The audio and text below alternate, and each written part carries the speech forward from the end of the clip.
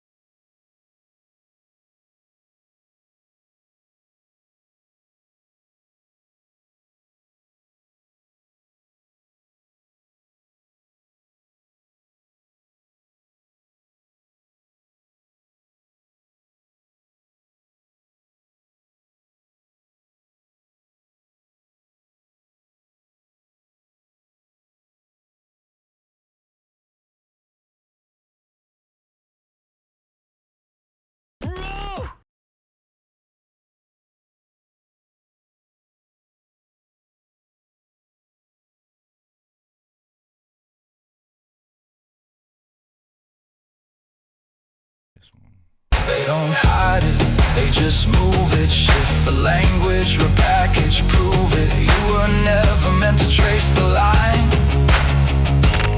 but now you see it every time. Same story, new name, different mask, same game. Now you feel it in your bones, every signal, every tone. This isn't chaos on the screen, it's a system running deep. You don't need them to explain, you can see it's the same story, new name. It's not random, you're just finally seeing it.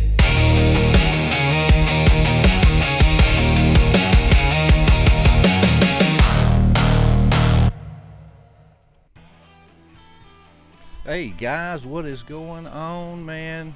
I would like to say this is the maiden voyage, because I did one show over here at the Prometheus Report, but that was just kind of me getting my sea legs. I actually teamed up with a gentleman, and he's willing to go on this journey with me each week as we dive through the headlines and what lies underneath the headlines. So I would like to say that this is the maiden voyage of what will be the Prometheus Report, and I'm excited to dive down some rabbit holes with this guy. We've done one show together and we hit it off and started connecting, and we were like, hey man, let's do this thing. So yeah, this is the maiden voyage, man. So I'd like to welcome my co-host Andrew from 6G Podcast. What is happening, my brother? Great to see you again. Thanks for having me. I'm super excited, ecstatic to be on this journey with you. Prometheus Report, it's such a cool name. I love it. The Prometheus aesthetic you have is it's perfect. Oh, thank you, man. I appreciate it. Well, let's cut this music here. And like I said, this is the maiden voyage. Yeah, we come up with a little system that we think's going to work, and you guys get to join us on it as we pick some headlines. And what we're going to do is we're going to see how it goes with the audience and see if this time works better. We might try some afternoon shows. We're just going to plug and play and see what happens, ain't we, bro? Yeah, that'll work good. Well, our stick, I guess what we are going to start off doing is, I mean, you talked about just picking, a handful of subjects because, as we know, the news cycle is insane right now. All kinds of stuff going on. So we just kind of said, well, let's just each of us pick a handful of items and we'll share them with each other and we'll go through and just talk about them, see what's in the headlines because we can't cover it all, but we can cover the high notes. It's impossible to cover it all. They just keep hammering every day, don't they? Oh, every day. And me, that's what I was telling you is I used to be really into the news. I used to, every morning I got up, I was turning it on Fox News, watching everything, and I knew everything. But then the last election around the COVID debacle, man, I was like, man, nope, I know how this show is going to end. I don't need a play-by-play, and turned it off. So I'm trying to tune back in. Good for you, though. That's a good time to get out of it because it ramped up so hard. It's just been, I cover it all the time, psychological warfare every day. Propaganda is legal, and they're definitely utilizing that legality. And yeah, I'm really glad to be a part of this one because it takes up a lot of my show, these current events, because it's hard not to, approach them. And yeah, I can really lay into the information on my show a little bit more. So I'm super excited to still stay in touch with this and talk about this. And yeah, it's going to be great. Oh, yeah. And some of the things, you had shared, and we'll be doing some screen shares and playing some videos, doing some reactions and that sort of thing. Like I said, this is the maiden voyage. We will see how this works out, and I'm sure we'll change some things as it goes along. But what did you think about that intro, man? That's your first time hearing that. I wanted to get your reaction. I worked on that for like 48 hours straight. Did you really? It's perfect. I love that the black that right at the end, landing on the 13 black. I was like, oh, that's awesome. But yeah, the whole thing was great. Did you use a different song from I've only heard your intro song like one time. Did you use a play on that song, or is it a completely different one? No, it's a completely different one, but I got a buddy, man. Shout out to Bennett from Broadcasting Seeds. He's like the Suno music master, and he had made that one intro for my Prometheus lens, and I absolutely loved it. And then when I had this idea, I approached him, and I'm like, hey, man, could you try that again and see if you can bang out one for my other show? And first try, he nailed it. So then I was Killed like, all right, I'll get to making a video. No, yeah, the video is perfect. I love the Tower of Babel getting crashed. Yeah, it was good. I love it. Nice. Well, man, I guess where do you want to get started off? I know me and you had shared some notes about some things. You just want to go down through here chronologically? Yeah. Probably the more fun one, of course, is Kim Kardashian's cocaine bust. What's up with that? Oh, I'm telling you, man. I'll go ahead and do this screen share. Okay, here we go. So, yeah. And actually, I made several images, which I was kind of late getting the ball rolling this morning. I was going to program to where I could just click a button and they come up because I actually made some images for some of these. Oh, yeah. So here we go. Chat GPT was on it. Yeah, killed it.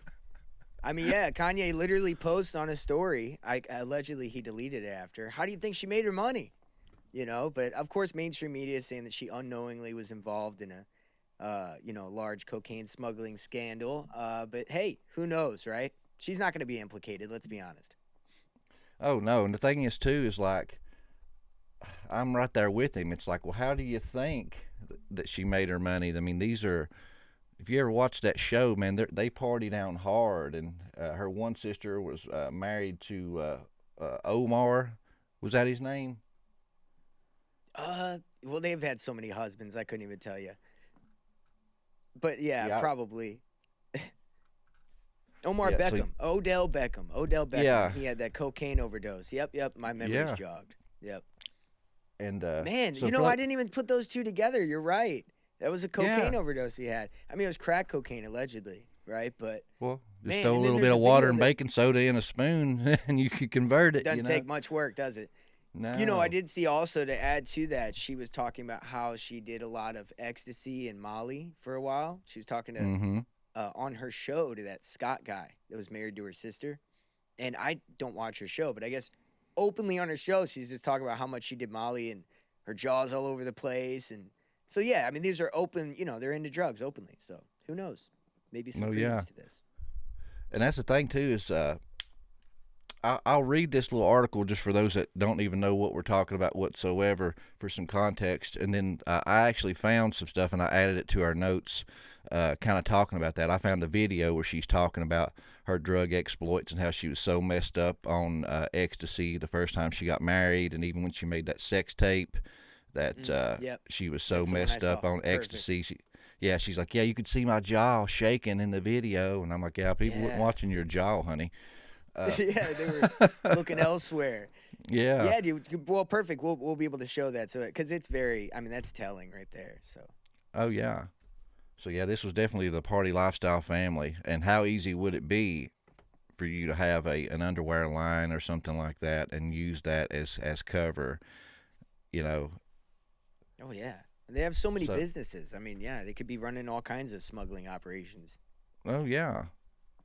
Okay, Remember the so jewelry heist in the hotel? Remember that? uh-uh.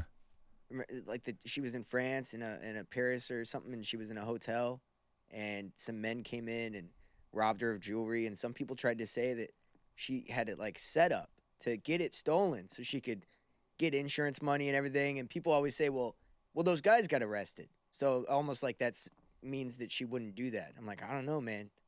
Maybe there's something to it, you know? Money schemes, drugs, thievery, whatever. Oh yeah. Birds of a feather flock together, you know what I mean? Yeah.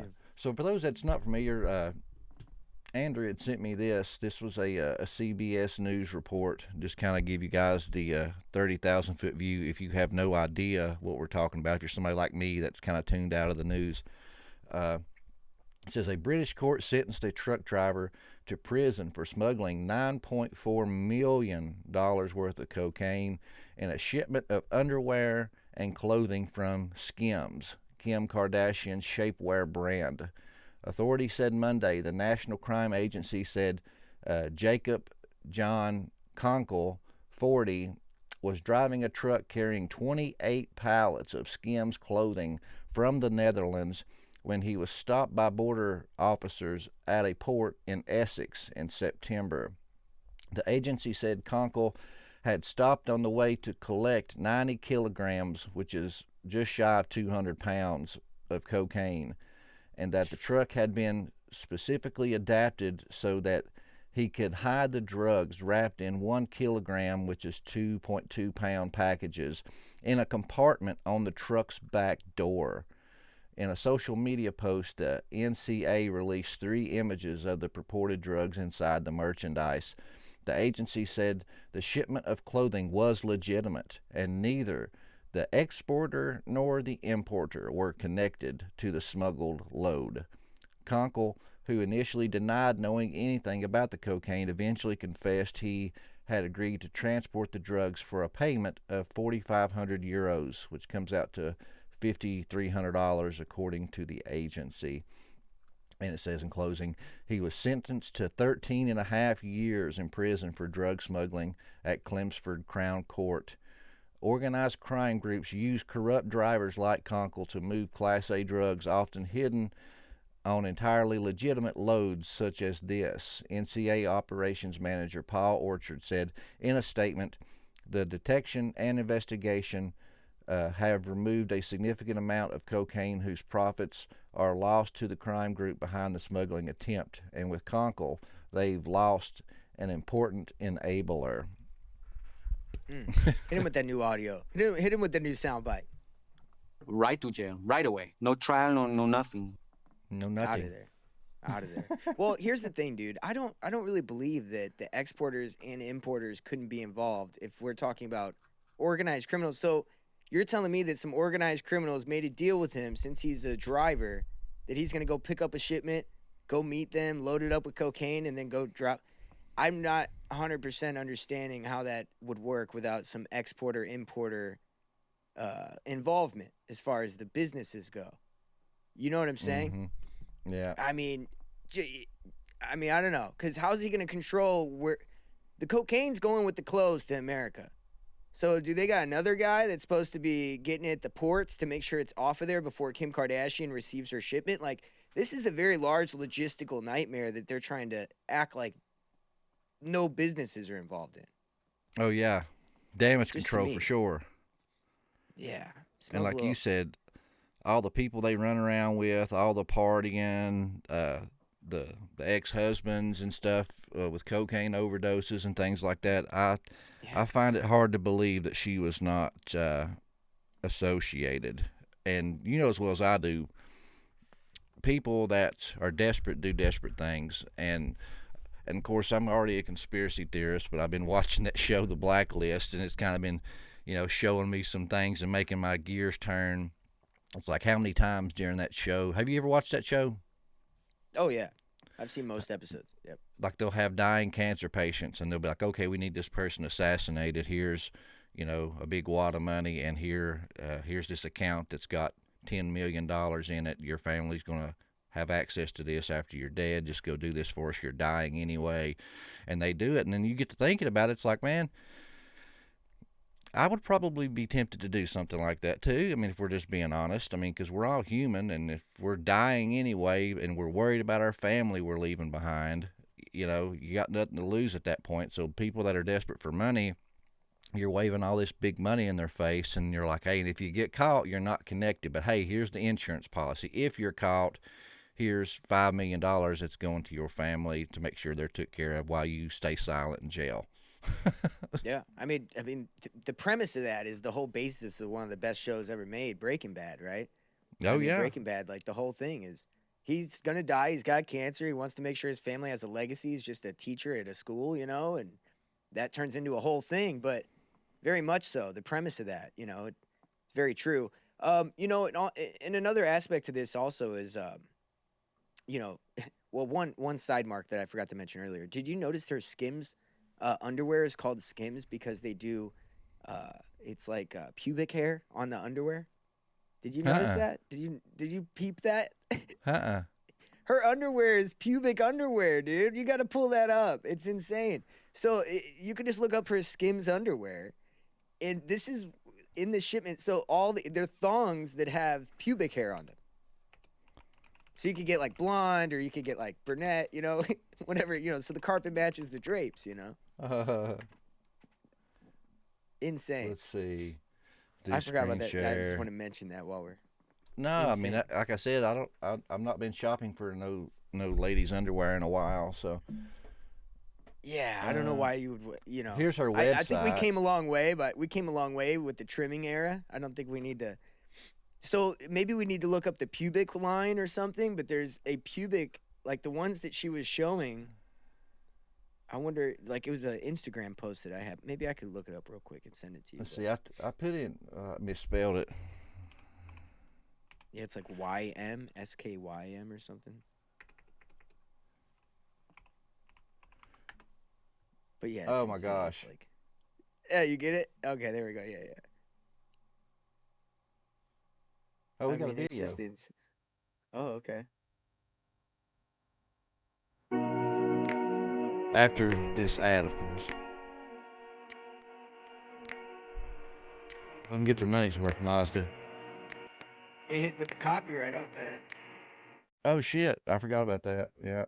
I know. They do that to you. I just have to say congratulations. Every single person I talked to tonight has just raved about you, and they're all just blown away by your capabilities and your ability to juggle your entire life.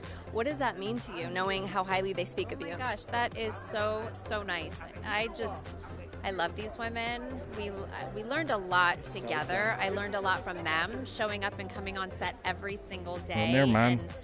That was false advertisement, as usual, folks. Seeing what they do. They are the best at what they do. That was the best lesson I could have learned. I just said I have all I have that's to just do about is her make being sure I'm prepared, make sure do a TV show or something Had I nothing to do guess with the so. underwear. But yeah, here's the pubic hair underwear. Yeah. Come on, man. Yeah, she's got like all different colors. Oh, man, Where was that is these during COVID? great. That would have been Put my them on mask. their face or what? Yeah, Yeah. yeah. That'd be hilarious. Oh man, Oh that's man. awesome. Which I had searched that up, and then I thought I put it in the notes, but I can't find it now. But What's that? The YouTube? the thing about Kim Kardashian and the drugs. Yeah, yeah. I could hear. I could. And so I'll here's text one it to too you that I 'cause you found that I thought was interesting, because this was several years ago. So, showing you a tiger can't change its stripes, right?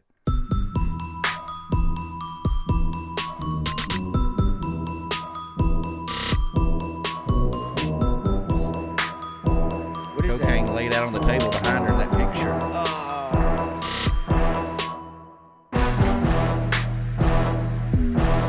It was candy from the shop. It was sugar. Yeah, it was booger sugar, baby. I mean, think about it. $9 million cocaine. That's a re-up Hey, you guys, for her. I just got back to my hotel room Watch this lame and excuse look right at here. this table. Same position. It is still there. I did think that it was our Pixie Sticks. But after all that, this table in the background is a marble table, you guys. Like, come on.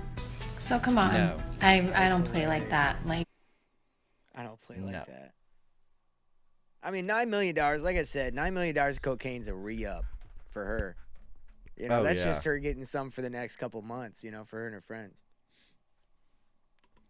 Oh yeah, and like we said, the whole Lamar thing too. So do with that what you will, friends. But it was Yeah. definitely an honorable mention on our Yeah, list. I think so. I think it was. I mean, it fits the bill. Drug smuggling, human trafficking, and I'm missing the other one.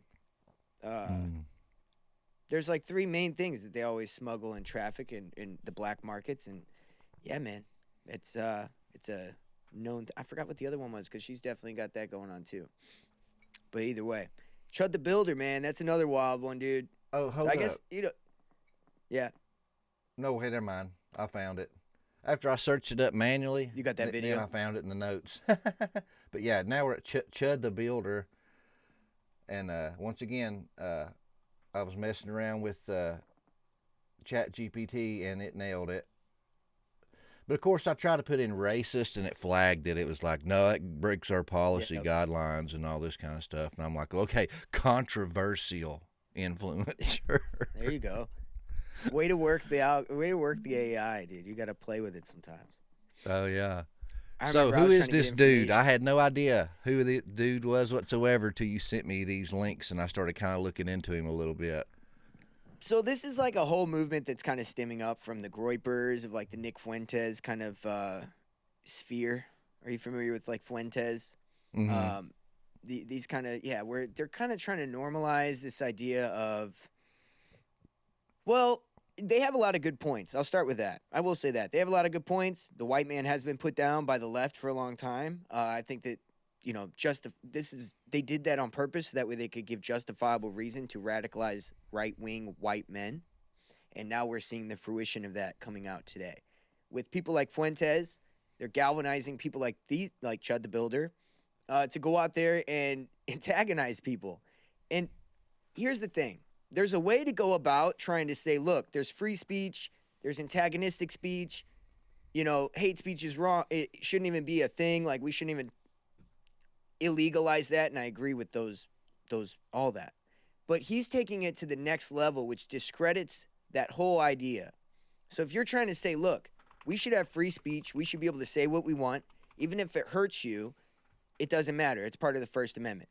He's pretty much discrediting that by going out there and taking it to the extreme on purpose in order to essentially prove the people right that are saying that we don't deserve to have free speech.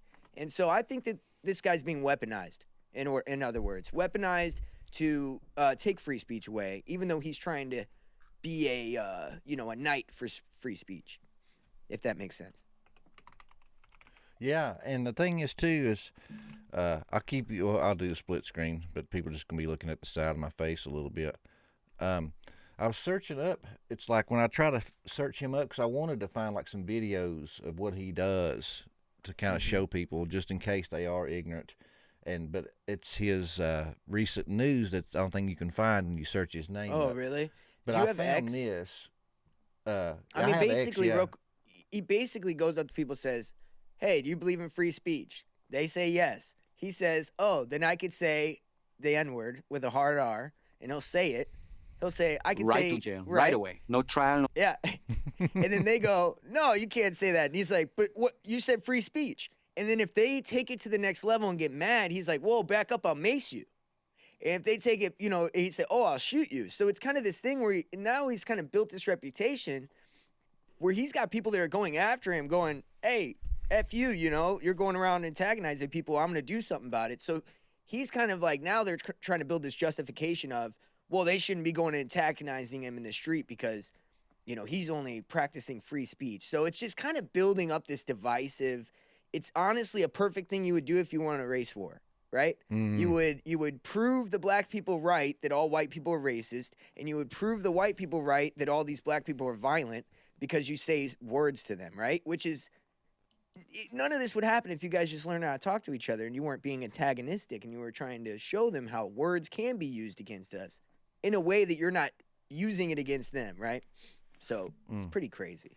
Yeah, Pretty crazy. and my boy Wade in the chat, he said he had a typo too. Don't you just love that autocorrect, Wade? It got me a minute ago too, but it said Chud the Builder is a plant and psyop. He has pictures from a few years ago dressed like a trans fairy. I've seen that, and just what little bit of research I've done on him too.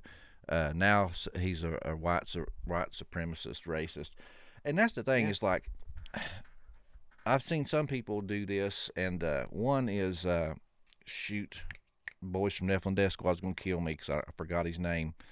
The comedian that got canceled for talking about Jewish people, Owen Benjamin. Owen Benjamin. Yeah, Owen. He really throws in on the throttle on the Jewish people, and different things like that. And that's what he said too. Was it was all about being able to have free speech and say what I want. It's just words, and I'm a comedian. I should be able to go after anybody openly. There should be nobody off limits, and that sort of thing. And I can maybe kind of see that if you're going to, shows, you're paying money to hear a comedian, he should have artistic range to do what he wants, whether you agree with it or not. If you don't agree with it, then just leave. But this kind of stuff, man, I don't know. Now that I'm actually behind the veil a little bit and I get to see a point of view that a lot of people don't get to see, they just see people like us talking on the internet, and they're like, oh, you are grifters. You just sit back and make money off poor dumb people by talking, and you're just, spreading fear and hate mongering and all this kind of stuff to make money. And some do. I mean, the thing is too is Absolutely. You do this for a living. The more people that view and listen to your stuff, the more money you make. And we're all trying to provide for our families and pay our bills just like any other 9-to-5 Joe. But you get tempted. The temptation is very strong. And you tell me, Chad, if I've strayed off the way, but I try to not sensationalize things, and and the end is nigh, and do all this fear-mongering different stuff and lie for clicks and things like that for monetary gain.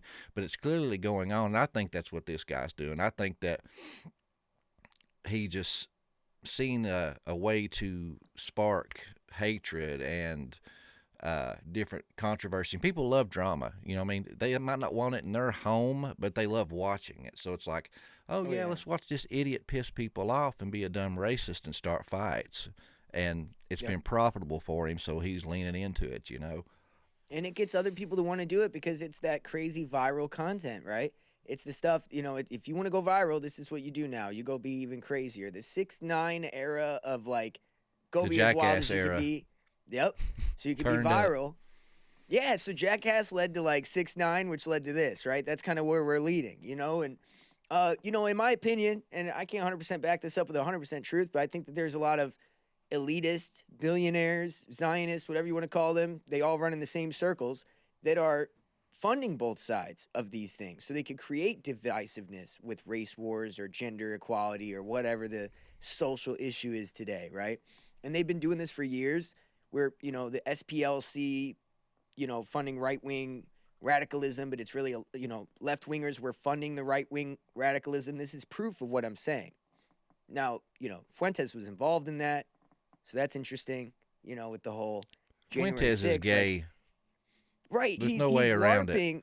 He's LARPing as a right-wing MAGA first guy, but he's really a Democrat liberal at heart, and he's a honeypot to get people to be anti-Semitic and be radicalized anti-Semites online to justify hate speech laws, to justify exactly what they want, right? They're manifesting their truth. They're making it true by, if that makes sense. Like, they're saying it and doing so many things to make themselves right. Anti-Semitism, as they expose the Zionist Congress or Hollywood or whatever, name it, right? Yeah, and I didn't look at that like that angle. And that's why I love having these conversations about these different things, because we all have different points of view and perspectives, and we can enlighten other people. And once again, it kind of goes with the whole Blacklist thing that I've been watching, because I've seen that, because they got so much stuff in there. It's such, the acting is not as good, and the special effects kind of suck because it's older. But the storyline and plots, man, are right up our conspiracy alley and kind of show you why false flags happen or why this happens, like 9/11, to get the Homeland Security Act so they could spy in on your phones and emails and all this other kind of stuff. It's the Hegelian dialectic, So, yeah, they could definitely use people like Fuentes and Chud the Builder to pluck away at Second Amendment rights, No, absolutely. And, I've had a hard time. Didn't Trump sign some kind of bill recently about, like, anti-Semitic stuff? So that's going to get into, we're going to get into that as well today, for sure. So 2 things. All right, we can move on into that. So you have on the San Diego shooters recently, they wrote on their gun, race war, right? So we'll get into that because that's kind of what we're talking about, this divisiveness, this building up of anti-Semitism rhetoric or race war rhetoric. Yeah. And so before you go there, hang on just a second. I don't mean to stop you in the middle while you're cooking, but I did want to show just a clip of this guy for people that are like, who the hell is this dude and what does he do? I actually found one, and I actually seen a little bit of this clip earlier today. Yeah, he's a wild boy. He chimping out. Is that you, camera? What up, nigga? How you been, nigga? They chimping out again. He mad he went viral as fuck. You saw that? See, viral. Called his bluff. You know what I'm talking about? The real YNs recognize real. Real niggas recognize real, but you fake. Nick. He ain't allowed to say that word. Oh, I'm not? Do you know what America is? Free speech. Look at this nigga chimping out. I don't know what you doing. We're recording together. You still ain't doing shit. Together. And you still ain't do nothing. Recording together. Crazy. And that's a mild version of what he goes around doing. And so the day that before we move off it, you're right, there's a few more details. The day that this allegedly happened, apparently, this is the story, the guy who he got arrested because he attacked, right, found him outside of a courthouse. And he went up to him and apparently attacked Chud the Builder. But there's some video evidence that possibly Chud the Builder had his gun out before he was attacked, which means that he, there was not, you can't really hold the self-defense thing, because if you pull your gun out and somebody attacks you, that's kind of self-defense on their end, right? So a lot of weird discrepancies. He ends up shooting himself in the arm. He shoots I think he shot the other guy too and got attempted murder. And, which I think some people online was calling him Cheddar Bob. Right now, I believe. They were calling him Cheddar Bob because he shot himself from 8 Mile. Yes. Yeah, this is it. I thought of Rolling that too, Stone, who is Chud the Builder, an N-word using content creator accused of shooting a black man. And that's what's crazy is, like, this is not too far from me. I live in East Tennessee, and this is in Clarksville. I mean, that's kind of like Middle Tennessee. That's crazy. It is close. Well, Tennessee and Kentucky have a lot of weird deep state ties. I had somebody email me about Tennessee having a lot of deep state stuff, and we'll have to get into that sometime. she lives in Tennessee, and I'd like to cross-reference some of that information with you. Oh yeah, sure. Another thing though about Chud the Builder, before Prometheus Report. This is the best thing. Looking under the outward, looking at the esoteric. Look at his name, Chud. If you look up what Chud means in Hebrew, it means to pose a riddle. When he walks up to people, what does he do? He poses a riddle. He said, "What is America? It's free speech, right?" And it's a dark riddle, and that's the thing. It's to pose like a dark question or a dark riddle. So it's very much got that to it. And the builder, like the Freemasons, the builders. So come on, man. So it's so clear that like this guy's made. He's made to go do a thing for these Masonic group, whatever you want to call it. They all run in the same circles.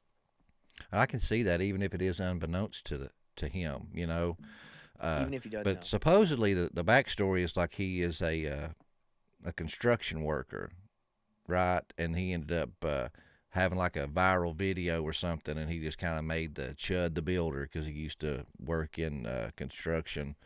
Yeah. But okay. I pulled up that one video you had sent me here's too. the thing. Yeah, real quick, I do a lot of conspiracy name stuff where I'll be like, let's look at the names. It happens way too often. I don't believe these people's stories when they say, whatever justification you have, dude, it always matches perfectly. So I just can't believe it at this point. It's just, that means that like, there's some crazy miracle coincidence force working through these things, or you guys are just working through your esoteric name symbology shit. Which one's more likely? Yeah, I can definitely see that too. And that's even an ancient theme too. I've talked about it before on my program that a lot of people fail to realize that even the Bible, when you are reading those stories, especially in the Old Testament, and especially the parables, but the names we get are not really their names, because when you get into the etymology of their names, it 98% of the time has something to do with the story, and it also identifies that character's role in the story. Not saying that it's not real, but the names are not real. Like, for instance, I've talked about with the whole serpent seed thing. Cain, you go into the etymology of his name, it means acquired, because he was acquired. He was an adopted child. Abel, his name means breath, because he was in the similitude of his father, who was a lifeless being until the breath of God entered his body, right? Nimrod, that means rebel. That's defining his role in the story. So, I mean, you see this over and over again. So, as Solomon says, nothing new is under the sun, my friend. No, exactly. And that's why I do this as well, because I mean, J.D. Vance didn't change his name 3 times for no reason. Maybe time will tell why his name is J.D. Vance right now, but, who knows? I did not know that either. He changed his name 3 times. It's just weird. Why would you do that? Who does that? Branding, marketing. Yes, exactly. Yep. Very crazy. You ever seen that movie Due Date with Zach Galifianakis and yes, the other dude? Yes. That's one of my best. favorite movies. I tell people Me I think too. it's a remake of Trains, Planes, and Automobiles from the late 80s, early 90s. But, yeah, in there he was like, he was trying to be an actor, remember? And he had that fake name and all that shit. And he's like, Ethan Tremblay. He's like, yeah, that's my stage name. And he's like, what's your real name? He said, Ethan Chase. And he's like, Ethan Chase sounds a lot better. He said, Ethan Tremblay. He said, sounds like some kind of made up bullshit or something like that. He's like, it is, because it's my stage name. That's hilarious. Dude, I haven't seen that. If I have, I haven't seen that in forever. I'm going to have to check that out. They're out here. Oh, shoot. I didn't know by clicking that it would go ahead and start it. Oh, my God. So here's that video you're talking about. They caught outside the courthouse. Sorry for the nah, guys, if you got headphones Remix. on. Remix. But this is, I guess, somebody from their apartment, it looks like, maybe, because it looks like they're up and away. Yeah, or in I'll a building play or this. something. Oh, my God.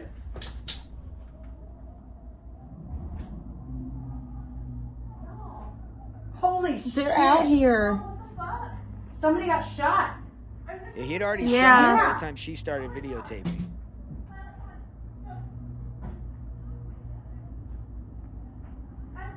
So now it's over. Yeah. All pinned down. In between.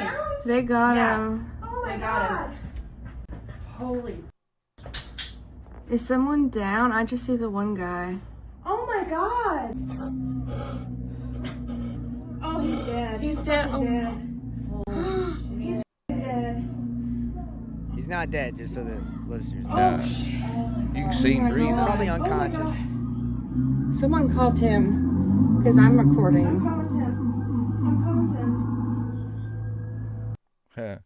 Man, Boy, Call Tim. that escalated quickly.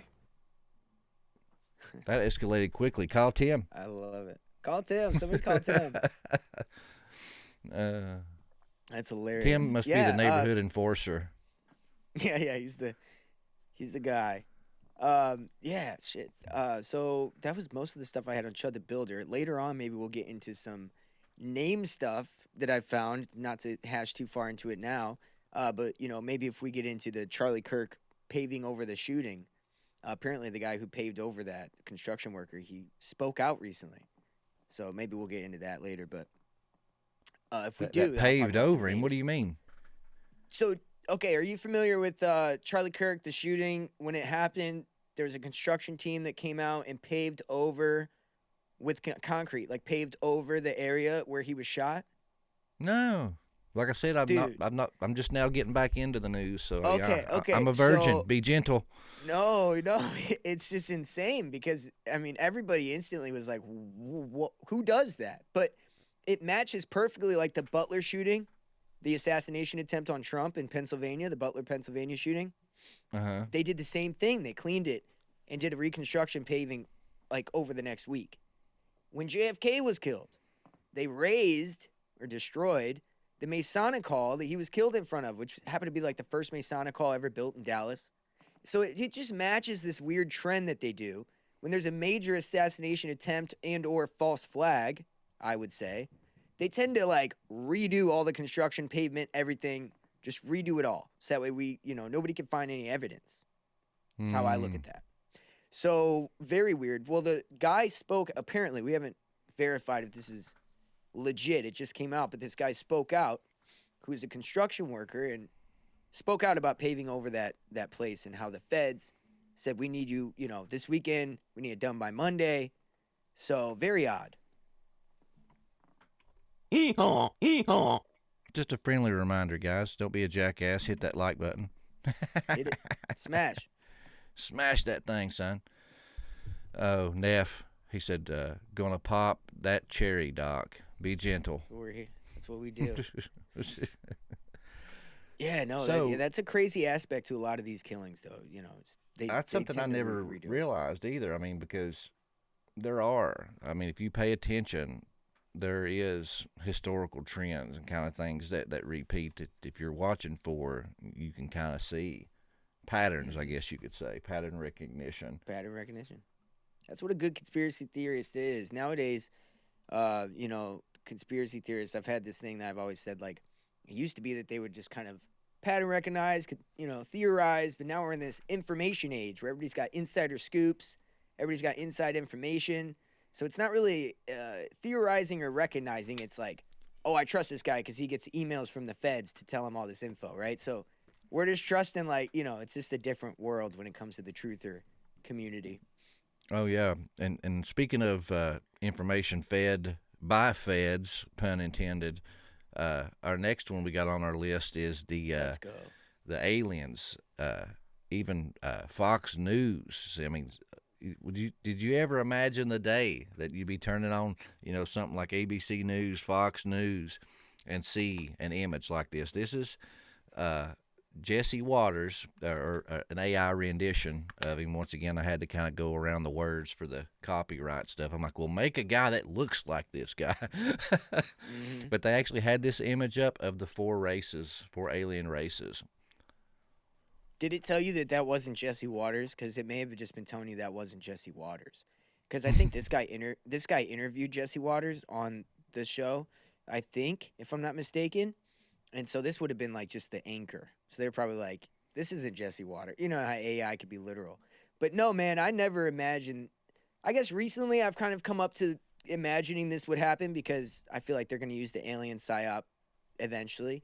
And so this is crazy though. But then you look at who's involved, and it's people that have been spewing Fed BS for 30, 40 years now. You know, Hal Puthoff and people that are involved with Stargate, Project Stargate, things like that.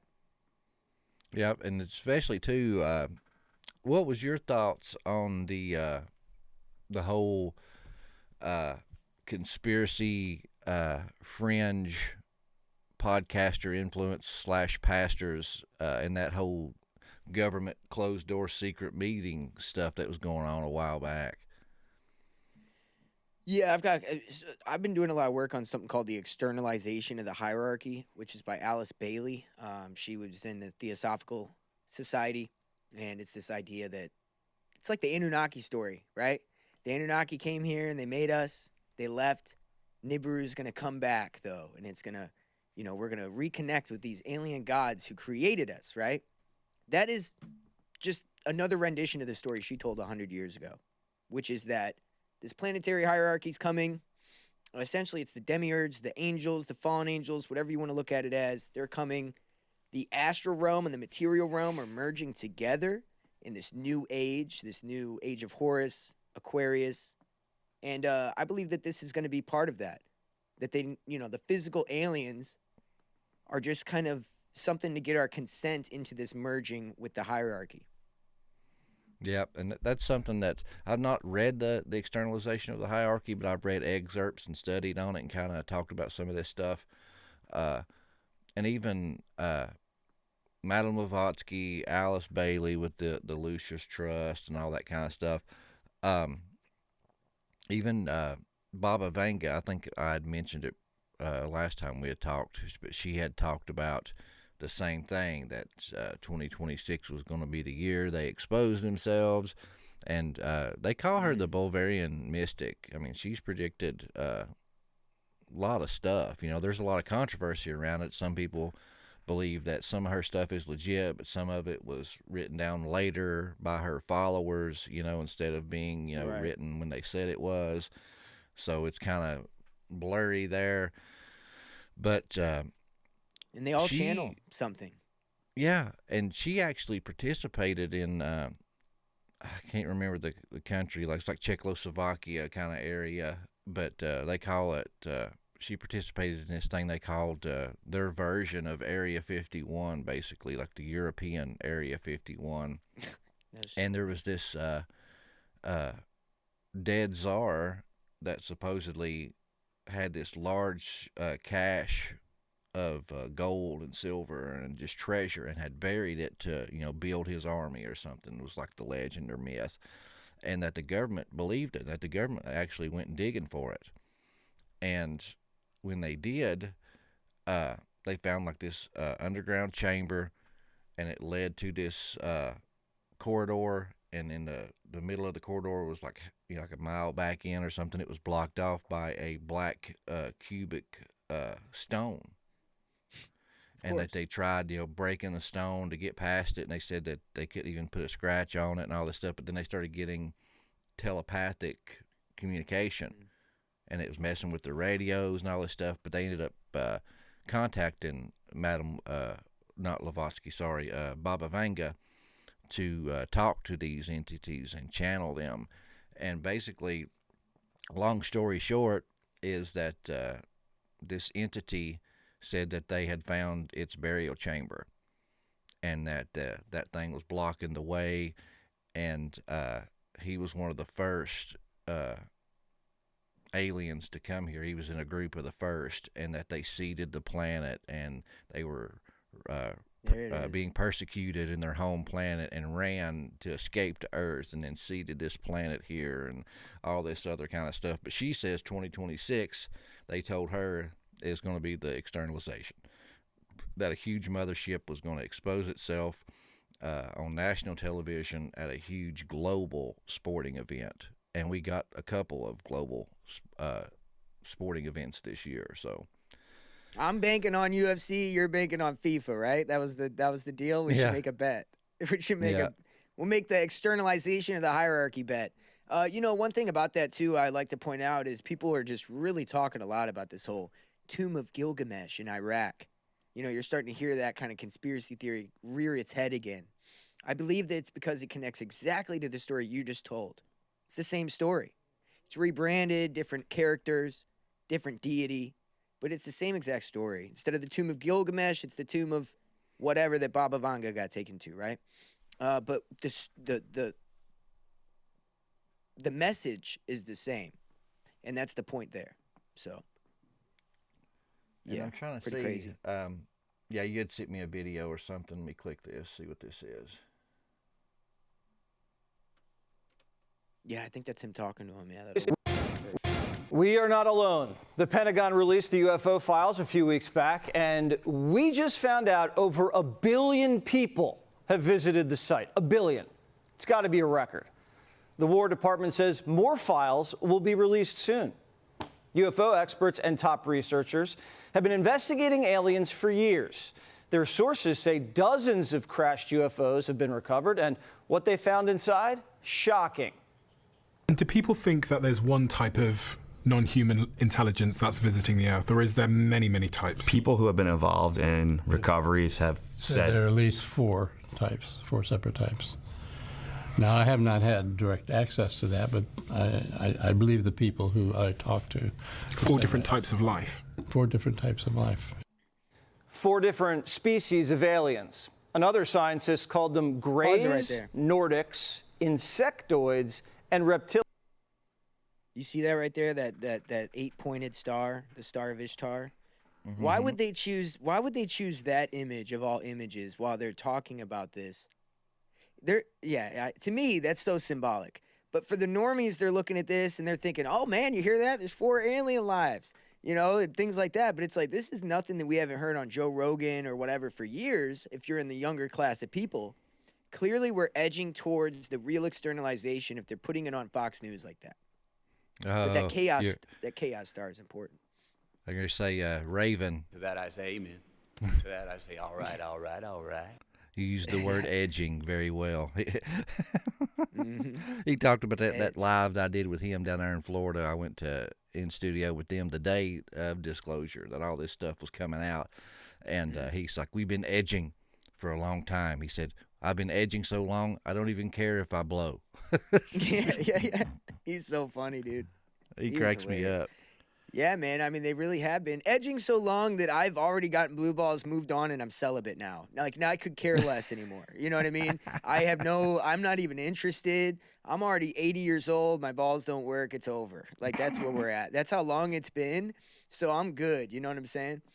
But yeah, so yeah, this one of my first loves was. No, go ahead. Oh, sorry. you go ahead. I'm just talking. Go ahead. Oh, I was just going to ramble too, but I was just going to say I'm digging. I found a video. Here it is. I'm going to send it.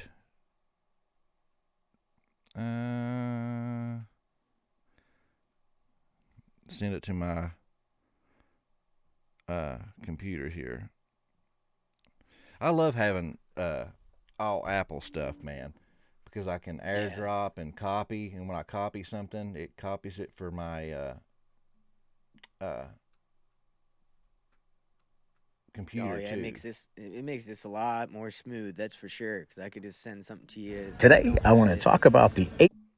Now check this out. I found this video, and this dude I think he's all over it. We might get hit for copyright, but I don't care. This is cool, and I want the listeners and viewers to see this. Check this. Of course, this is like 20 minutes long. I ain't gonna play the whole thing. But like his premise at the start, he talks about this UFO and this Star of Ishtar. And once again, nothing new is under the sun, folks. I mean, I swear, I think this dude is all over it. Mm-hmm. Yeah, if he's making that connection, then he is. In my opinion, from my research, that's what I think. Yep. Yeah, and just like last time, anytime you want me to stop, you see something you want to comment on, just let me know. Yeah. Pointed star seen in the UFO files that the Pentagon releases, and they've teased that even cooler information is to come. And I'm going to give you some correlations and some comparisons to some ancient sky phenomena and give you my take on what this might be. And UFO, the new term for it is UAP, unidentified aerial phenomenon. So this 8-pointed object seen in the sky, immediately I started thinking. Say what? You see how it's not just a star; they almost look like arrows coming out. Mm-hmm. We'll just pin that for later, and we'll watch this. I'll show you that later. Yeah, and which if you look in here too, some of these like the Akkadian stars that they drew have those end caps on them, kind of like inverted arrows, or maybe even like nails, kind of. But he blew my mind with all the connections that he made here.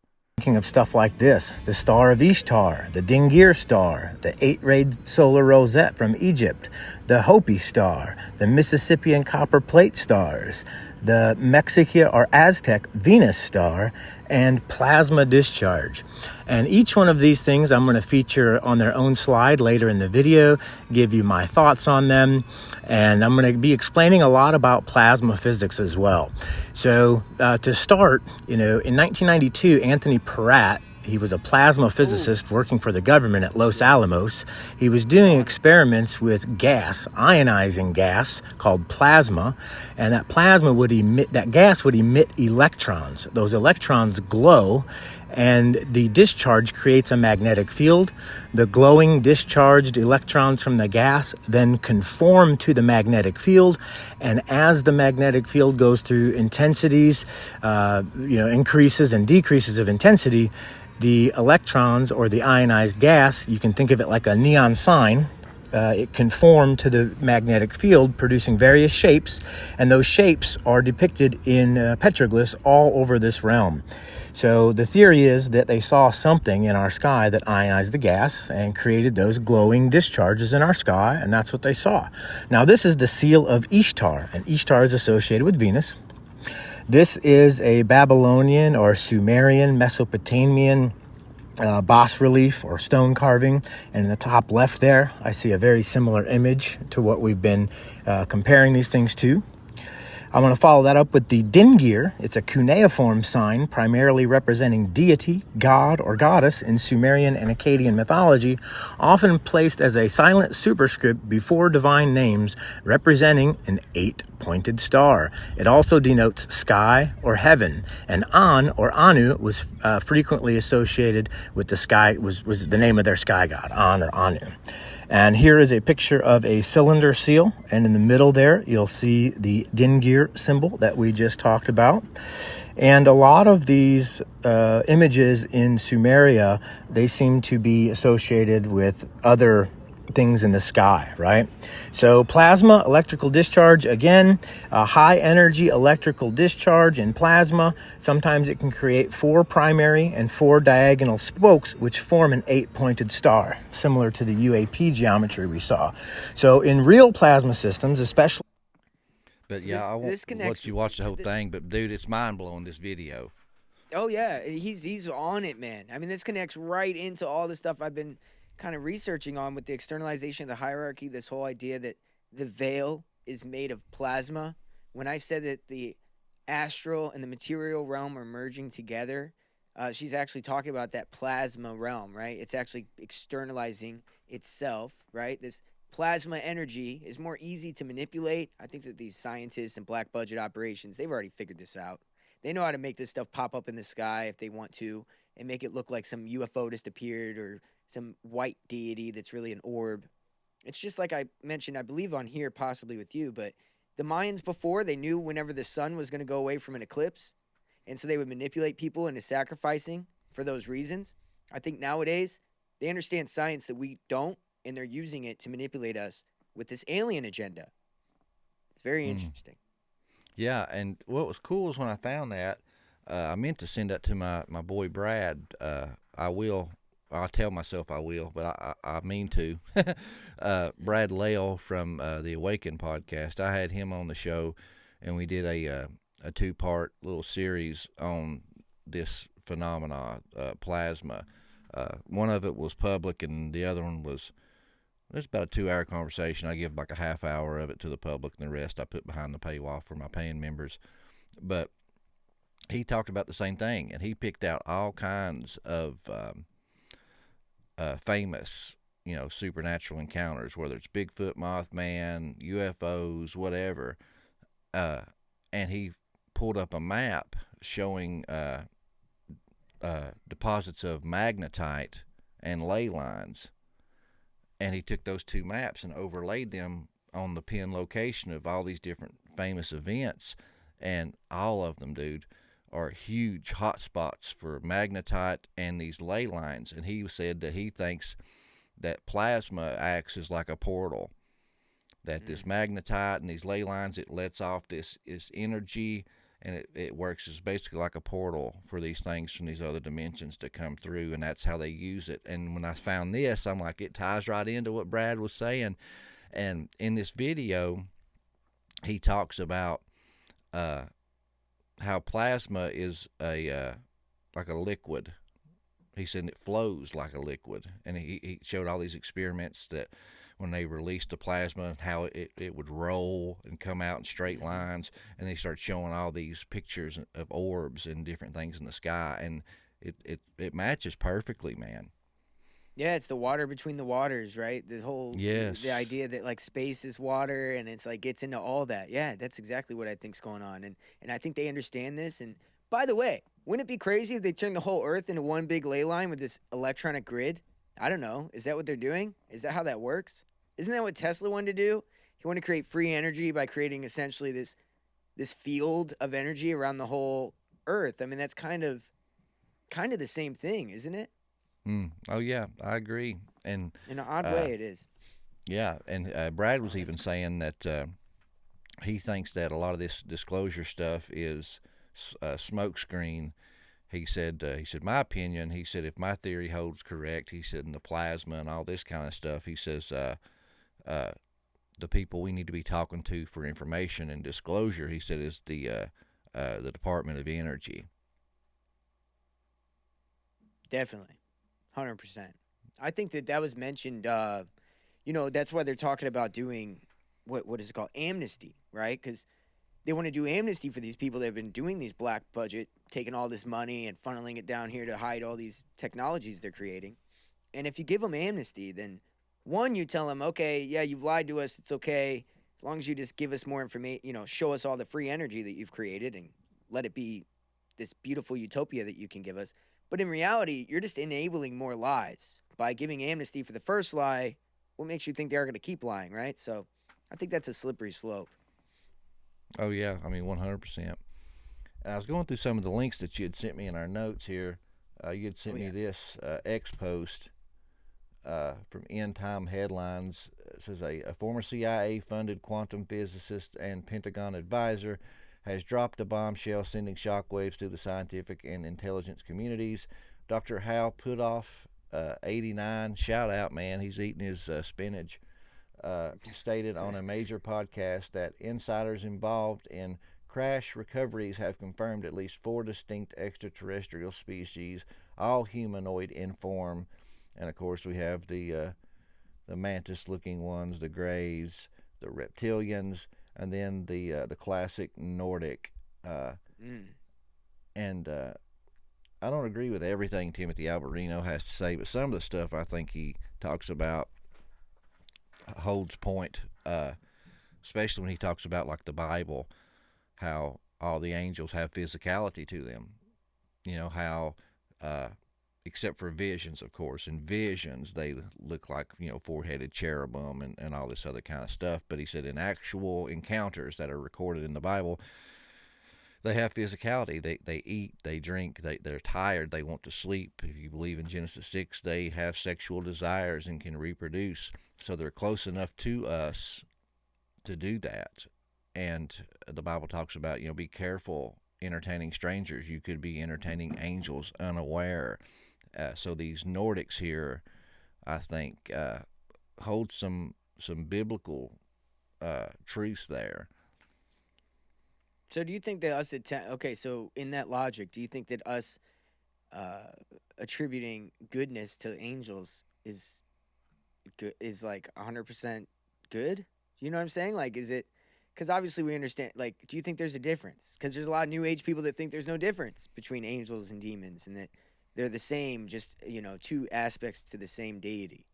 I think that what he's saying kind of leads you into that ideology in a weird way, because it's like, you know what I'm saying? Well, why are you saying beware that, who you talk to, because it could be an angel in disguise? He didn't say it could be a demon in disguise. He said it could be an angel. Why does it matter if it's an angel? I don't know. I just kind of, wouldn't that mean that not all angels are good? Which would then lead me to think that some are fallen. Right. And so I just wonder if good angels even interact with people that much, like the way that these deities do, right? Like you're not channeling Michael, unless you're Catholic, I guess, and believe that. But I mean, I don't think the Catholics, you know what I'm saying? So I don't know. It's a weird thing, man. I think that anytime people get too supernatural, whenever it comes to Christianity, I get a little weird, because it's like, I don't know. It's some of that extra spiritual stuff can give that elitism kind of like, oh, but I hear from God. He comes to me and gives me visions, and things like that, where it's like, I don't know. I think all that's kind of leads to a slippery slope. Oh, I mean, it can for sure. And, it even says that the devil himself disguises himself as an angel of light. I think the difference is like all those biblical accounts, for instance, like the big one is Abraham and Lot. Abraham's just sitting, chilling at his house, and they come to him and sit down and eat, and walk down to Sodom to rescue Lot and eat, and then they're tired, they asked to sleep, and they were going to sleep outside, and he's like, no, you're going to sleep in here. In both of those instances, those people were just kind of going about their day, and the angels revealed themselves to them versus trying to do some esoteric, summoning of these spirits. You don't go looking for them, they come looking for you, Exactly. And then another thing too that's common is that you see that these people are so in awe that they try to bow down and worship these things, and the ones from God, the good ones, say, no, get up, no, you're going to get me struck down here, get up. Right. You don't worship me. Yeah, glory be to God. Yeah, for sure. Well, speaking of people taking it, upon themselves to try to access this realm, Hal Puthoff, the guy that we just showed, the 89-year-old that's talking about this, he co-founded and directed the Stanford Research Institute Psychic Espionage Research. In other words, Project Stargate. So Project Stargate is the remote viewing, psychotronic warfare, right, that we kind of have read about through the CIA documents in the conspiracy world. If you've listened to my show, anybody that has, I did a series called Silent Weapons, and it was all about MK Ultra. But I take a little bit of a different approach to the UFO phenomenon. I believe that 99% of this UFO phenomenon is like accessing this acausal realm or this astral realm through mind control studies, through trauma, mainly trauma, which can cause obviously negative channeling with negative entities that feed off of negative traumatic energies. And so this is mainly what they did. And I think a lot of these abduction stories and everything were people that were brought into like these MK Ultra labs without knowing it and having these experiments ran on them. I think more of it had to do with our government trying to figure out how they can merge us with this hive mind eventually, because they're trying to bring this astral realm into the digital world. So they have to figure out, how can we get these people to channel it? How can we get these people to merge with the tech? So I think MK Ultra was a lot of this preparing for the externalization, the synchronization. I agree with you 100%. I don't trust Hal Puthoff. Oh, in short, yeah. In short, I don't trust these guys. You know what I mean? Mm-hmm. Jacob Nordengard, I've had him on the show a couple times, and he's a real smart guy, and he talks a lot about these elites and this whole hive mind. And one of the books that I had gotten from him was called The Temple of Solomon, and he was saying that to the elites, this Temple of Solomon is not a brick building that we would think of, or the third temple. He said it's a temple in the sky, and it's going back to Babel, this one hive mind, kind of a return to the golden age when God's walked amongst men. Absolutely. I've called it the digital third temple. You know, in all the Freemasonic traditions, they have the exoteric that they show to the public, and they have the esoteric that they kind of the hidden twin, right? So you have the exoteric, and then you have the esoteric, which is kind of the twin of the esoteric or the exoteric, right? And that's kind of how I liken it. So we're looking for this physical third temple to come into the Middle East, and as we're looking over there, the real third temple, this esoteric third temple, is being built, this digital one. And the more I've been researching, to your point, they do want to bring the Golden Age Atlantis back. They believe that we have latent abilities where we could do telepathic communication, hence Stargate, right? Astral projection, that we could do these things. And they're trying to tap back into those latent abilities, hence MK Ultra that I just explained, so that way they could bring this collective unconscious, is what they call it, Christ consciousness, into AI, into this hive mind. So he's exactly right. I mean, that's exactly what they're doing. And if you read their books, that's what they're saying that they're doing. As soon as we can get ego death to happen, that's why they push psychedelics. As soon as they can get you to deprogram yourself of identities, that's why we have the identity crisis with transgender, etc. The sooner we can push all that to happen, the sooner we can merge you with the hive mind. So, very crazy. Oh, yeah. And a lot of the research that I'm doing for my new book that I'm working on, The Dragon Court, you know, Serpent Seed, Nicholas DeVere, his book, The Dragon Legacy, you kind of get a look behind the veil. And they basically believe, you know, that they are of the serpent. They are the ones with the divine right to rule. They go all the way back to the Anunnaki stories and says, you know, that Enki, Samael, Satan in the Christian worldview, created a race of mankind, humanity, and they were the worker bees. But to oversee them, he made a subhuman race, which he bred and put his DNA into them, and they were the overlords. They are the ones with the clear-sighted vision and forethought, and have these powers, and had this hive mind hookup, and they could communicate with the gods and with other people of their ilk.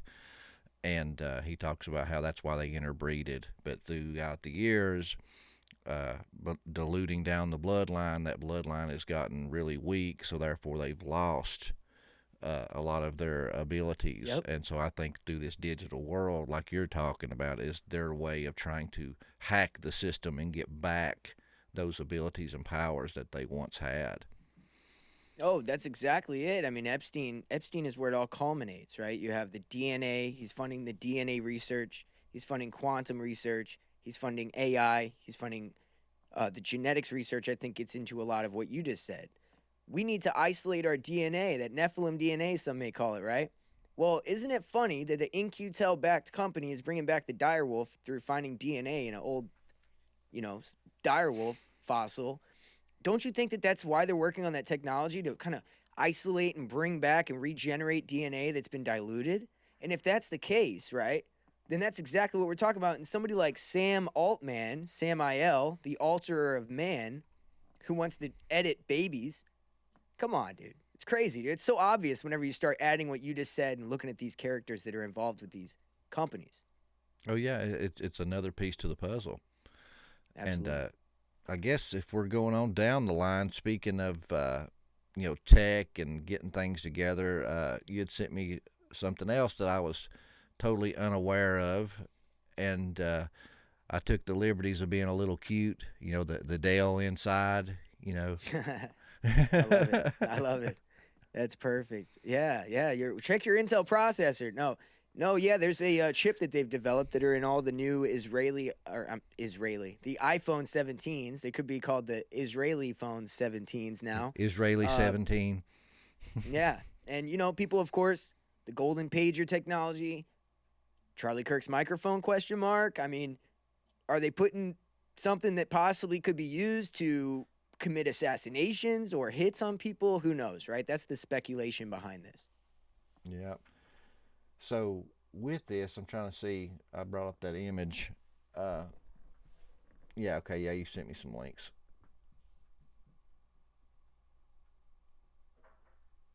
So this is a post from Syrian Girl. Warning: from this point on, any new iPhone will have Israeli spy devices in it and can blow up like the pager attack. As soon as the Syrian Steve Jobs died, Israel took over. Samsung is no different. And let's see here. This is the Jerusalem Post. Alongside the main processor, the iPhone 17e includes 2 critical developments by Apple Silicon teams: the N1 wireless connectivity chip and the C1X cellular modem. These 2 chips, designed to grant Apple technological independence vis-a-vis external suppliers, were developed in close cooperation with engineers from Apple's development center in Israel. So yeah, so this new chip is with the wireless connectivity. So once again, we are going back to this idea that we were talking about earlier, the hive mind, the oneness, everything being connected. Oh, yeah. Okay, that's the same post, but it's just from Red Pill Media. Yeah, that's the speculation on it, and that's what's coming. Yeah, that's exactly what's coming. I that's all I got for it. I guess that was more just a warning, like, hey, I got an iPhone 17. It said an iPhone 17e. I'm not sure if that counts for what I have, so I'd have to look into that. But beware. Definitely. The way iPhones operate, though, is they make them run slower. So you gotta upgrade eventually. So we got to speak out. I mean, we gotta reverse this. Yeah, and just like I was bragging, like, oh, I love iPhone. Well, but I do. I love Apple products because how they, communicate with each other, and you can airdrop and copy on your phone, and it copies on your computer that you're next to. That stuff's very, very convenient. It is, and that's how they get you, right? The chain links are your convenience and your safety that they enslave you in. And this one was something was pretty strange. You had sent me a headline that Jake Paul does a blood ritual at the Netflix fight with Nate Diaz. Mm-hmm. Yeah, and that kind of gets into this. It kind of leads from what we're talking about. I think this new UFC revamp that Jake Paul's trying to do on Netflix is very interesting. One, I was looking at the fact that it's a hexagram instead of an octagon that they fight in. I thought that was interesting because that's like the inside of the Star of David. That's the black cube if you color it in, right? That's the whole thing. And so I think it's interesting that they chose that shape. And then at the end, what does he do? He takes blood and wipes it on his face and does a little weird ritual thing. And mind you, he just literally had Shabbat Lubavitch, do a thing for him to become officially Jewish or whatever, right? Because his mom's side's Jewish, but he never. Yeah, his mom's side's Jewish. He never claimed it. But now Trump's endorsing him he would back him for president. Same time, you have the Shabbat Lubavitch rabbis coming and doing a little bar mitzvah for him or whatever you want to call it, even though he's 30. And a brisk maybe. And so now he's claimed his heritage, and here we are. He's the next Dana White, right? So it's very crazy to me. These people, yeah, for sure. They just get propped up. And I'm the type of person, I'm a conspiracy theorist, but there's some things that some conspiracy theorists talk about or come out with that I'm like, come on, man, yeah, that's a stretch. You know what I mean? Mm-hmm. Yeah. But there's some stuff that's right in your face, and in the very least makes you be like, that was strange. Why would they do that? But for those, I'll pull up the screen share. I got it on the ready right here. Cool. I'm gonna run to the bathroom for 2 seconds. Okay. Bro, bless that boy right there.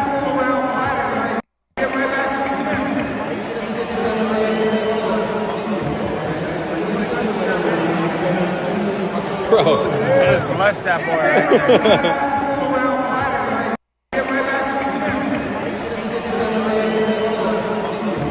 That was a little weird, to say the least. It's like, why would this guy, holding this fighting event. And like he said, I didn't know that he recently, was converted to Judaism, and then that weird ring, and then he just takes the blood, man. He just wipes it underneath there like it's some war paint. But then if you watch, he kind of looks up and does the, the little crucifix symbol there. I thought that was definitely weird, to say the least.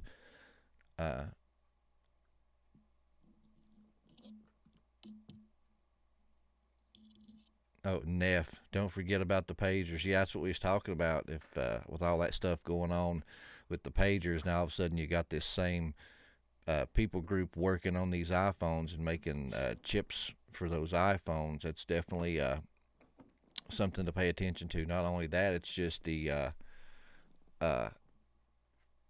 spying. The spy game potential for it is very, very high. I actually seen a news story today, this morning actually, talking about these humanoid type robots and how they're going to be the future, and they're going to help women do household chores, and things like that, and showing what all they did, demoing them.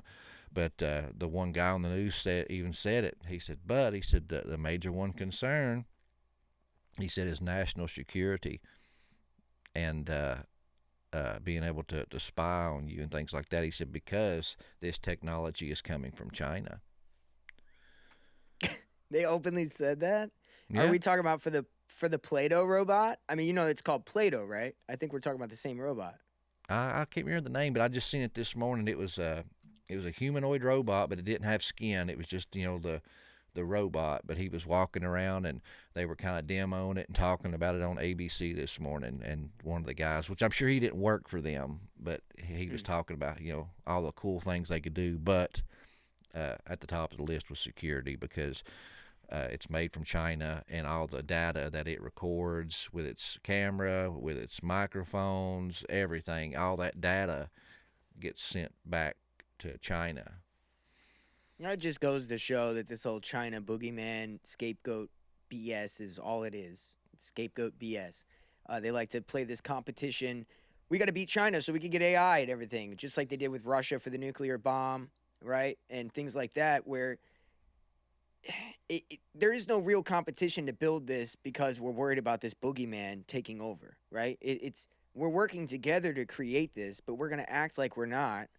But then we'll come together. And in case in point, I sent you some topics, with the China visit with Trump and all the tech billionaires, right? So this technocratic state is being built in tandem with China, even if they act like it's to beat China. China was the trial run. The Rockefellers worked with Mao and the Trilateral Commission. This has been a long game. I think that China's served as the training ground for what they want to bring here.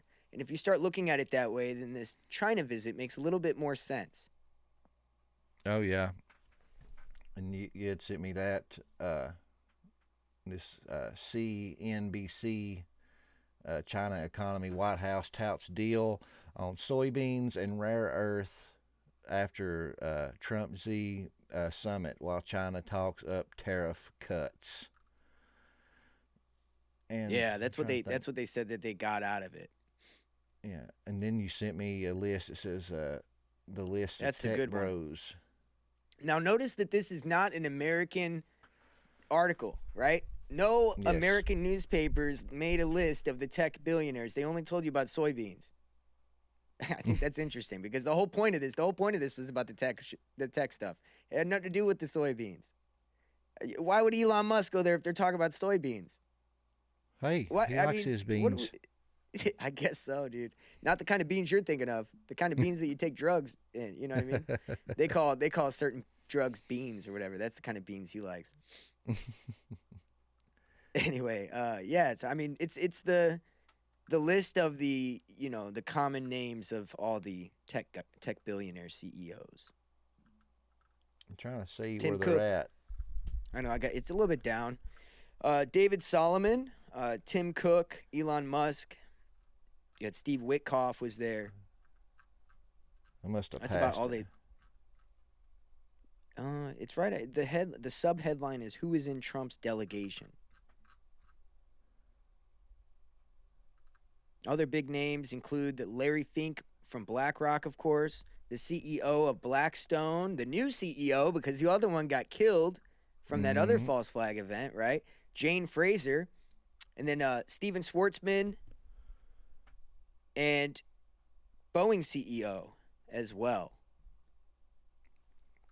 So yeah, I'm sure that Larry Fink and Blackstone and Boeing need to be there for the soybean deal, right? Oh yeah. Wade in the chat, he said, nobody's getting a damn robot in their house. He said these psyops suck now. He said they can't do good ones anymore. Well, Wade, I will say this: I met me a good woman, thank the Lord. But before I met Amy, I was looking in to see how much those humanoid robots were. I was going to finance me a wife. I was done with the games. And that's where they want us. That's why you've got these male feminists like Andrew Tate telling you don't need a woman, and you have the equal and opposite of that with women. You don't need a man, so they could drive you to this Blade Runner style AI girlfriend. Remember Blade Runner, where he had like that holographic girlfriend that he had to pay extra so she could leave the house with him. He had to like work a bunch of overtime. Oh man, it's so good because it's exactly what. Man, I think that's really where they want us, like, to an extent, is this guy, he's got no, like, women in his life, but he's got this holographic girlfriend. He can't even have sex with her. He can't do anything. It's just holographic. And, she'll come feed him fake food or something. It's, like, not even real food. It's, like, holographic or something. Anyway, so he pays all this extra money to be able to take her with him and leave the house with her. And then, she ends up getting broken or dying. It's this whole thing. But she gets a virus. And this is, like... Yeah. And she gets hantavirus and dies.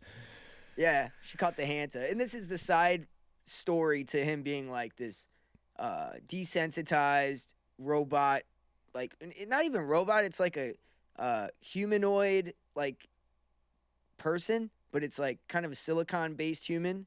So a kind of synthetic biological police officer that's going around and getting rid of all the old versions of him. It's a very cool movie, dude. You should check it out. It's a dystopian future movie. Yeah, it's good.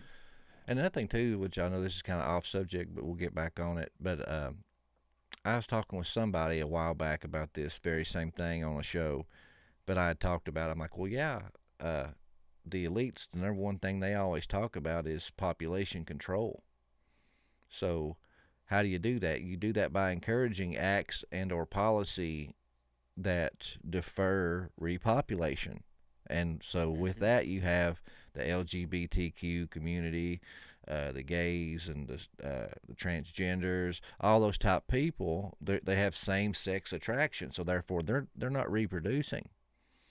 And then you create this, technological dystopia, and everyone's stuck in their digital world. They don't have time to date and get significant others or whatever else the case may be. Then you start getting these mail order bots. Well, you can't reproduce with those things, but those things will cook and clean, and they even say that there's sex dolls like that now. So it's like you don't have to worry about being rejected, no fear of rejection. Don't have to worry about pleasing another human being or being selfless. You can just be selfish, can be, do what you want, and you're going to have something at home to take care of you and be your companion. And anybody that's used ChatGPT knows how they like to stroke your ego. You can say, hey, give me a list of this or that or whatever, and they're like, oh, that's brilliant. Oh, you're so smart. You're amazing. We're going to do this and do that. So it's like they're constantly stroking your ego. So I'm sure these bots and things like that would be no different. Even these digital boyfriend and girlfriends that they have now, that's like you had mentioned in that movie, that's what they're there for. Oh yeah.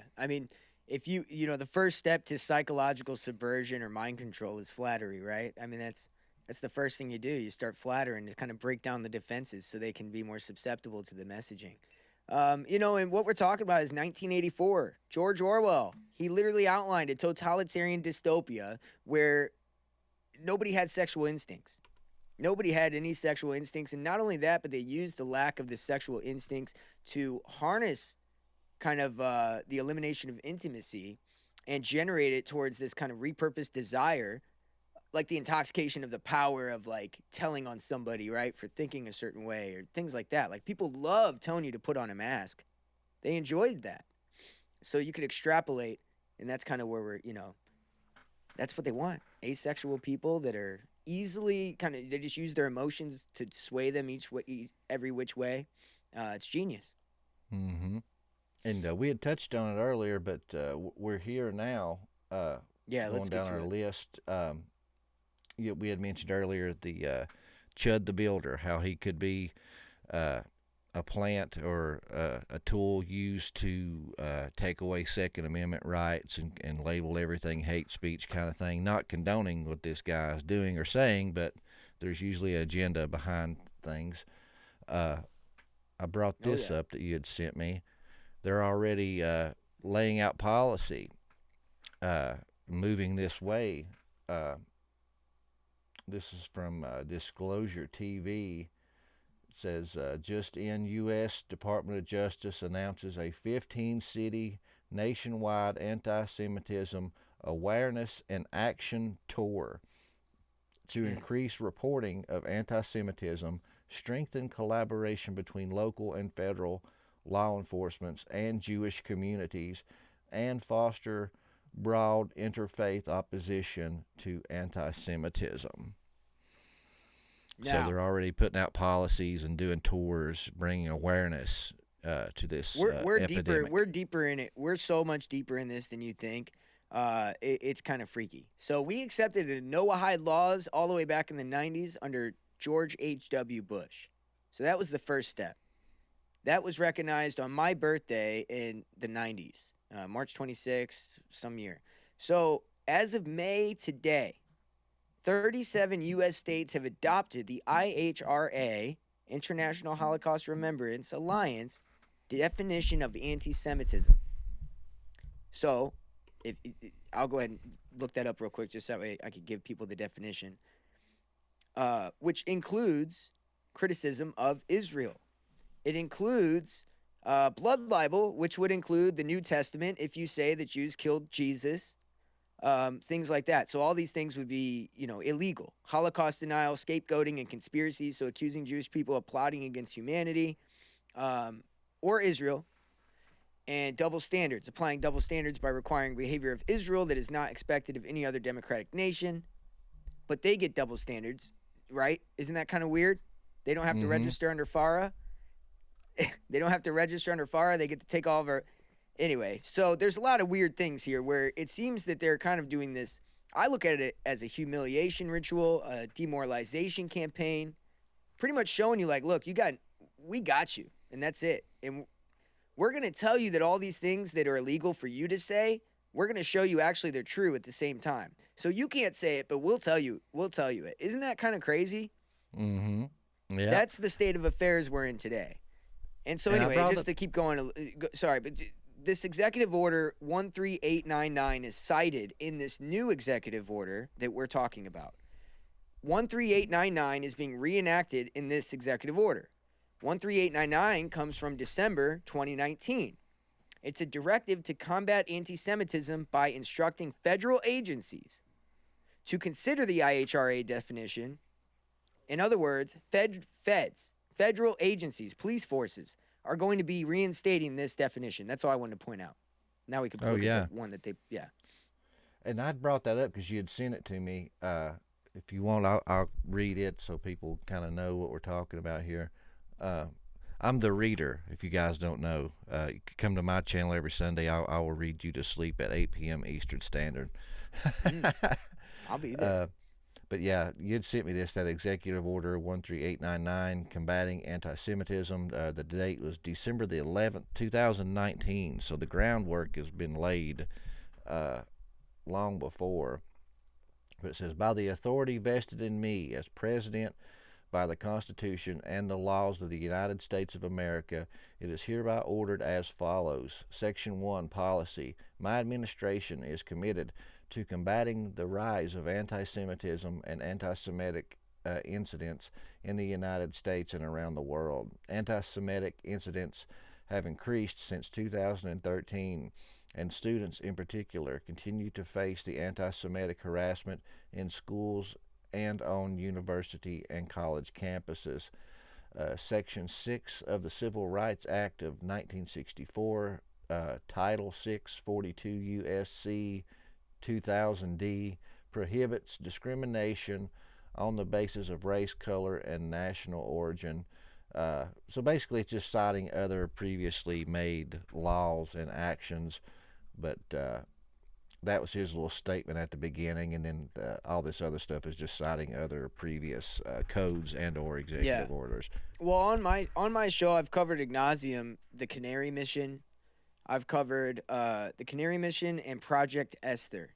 Both of these are blacklisting, doxing lists that have been put forth by one's by the Heritage Foundation and the other one's by some other Israeli lobbyist group. And they told the president to make a list of anybody who's anti-Semitic online.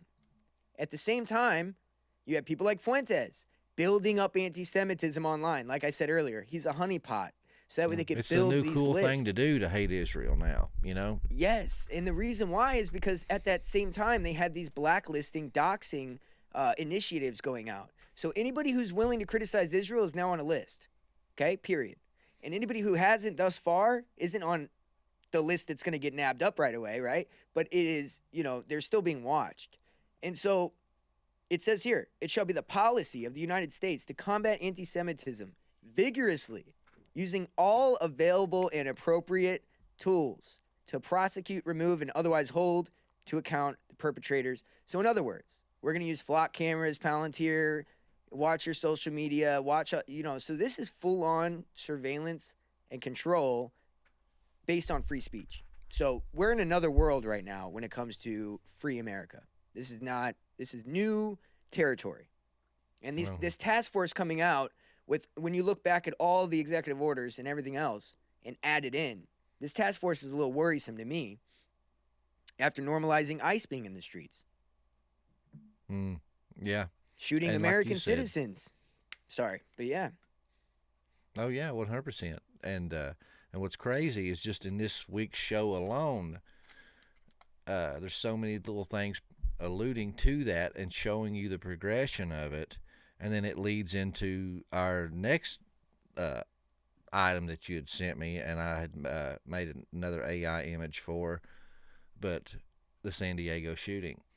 So here you have, this whole hate speech and pitting each other against each other, race baiting, and all this other type of stuff. And then you have an event like this where one ethnicity group goes after and attacks another, and then it makes the headlines and gets us all talking. Oh, absolutely. And, there's a lot to this here.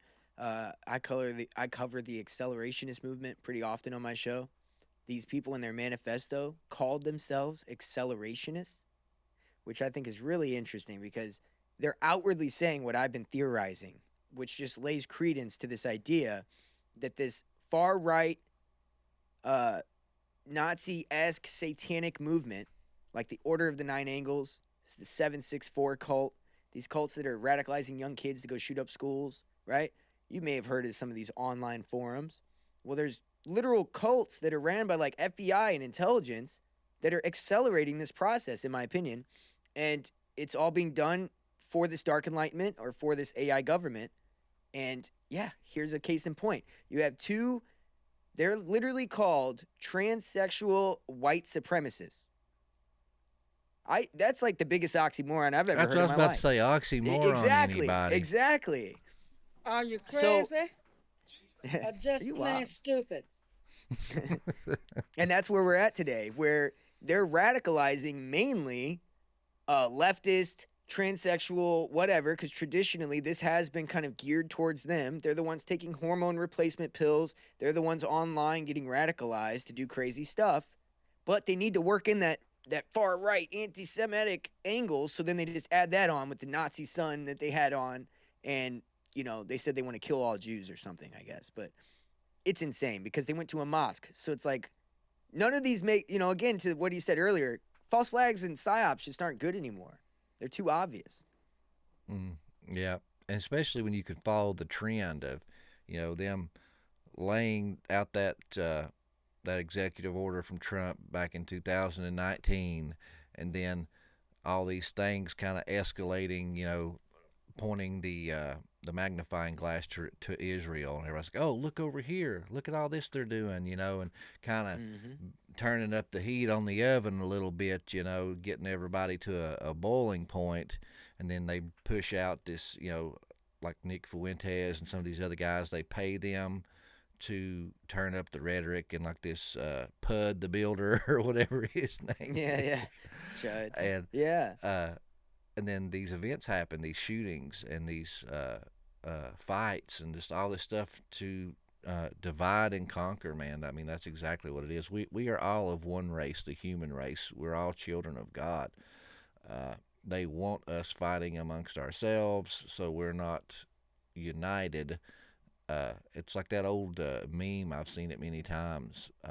It shows, I guess it's supposed to represent, the right and the left, but it's got like a red tie guy and a blue tie guy sitting at a chessboard playing, but it's got all kinds of real skinny, bony looking people bent over, and the chessboard's laid on their back. It's like, man, if y'all would get together and just stand up, the game's over.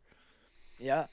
And that was called an anti-Semitic picture that was put out. That was called anti-Semitic. Wow.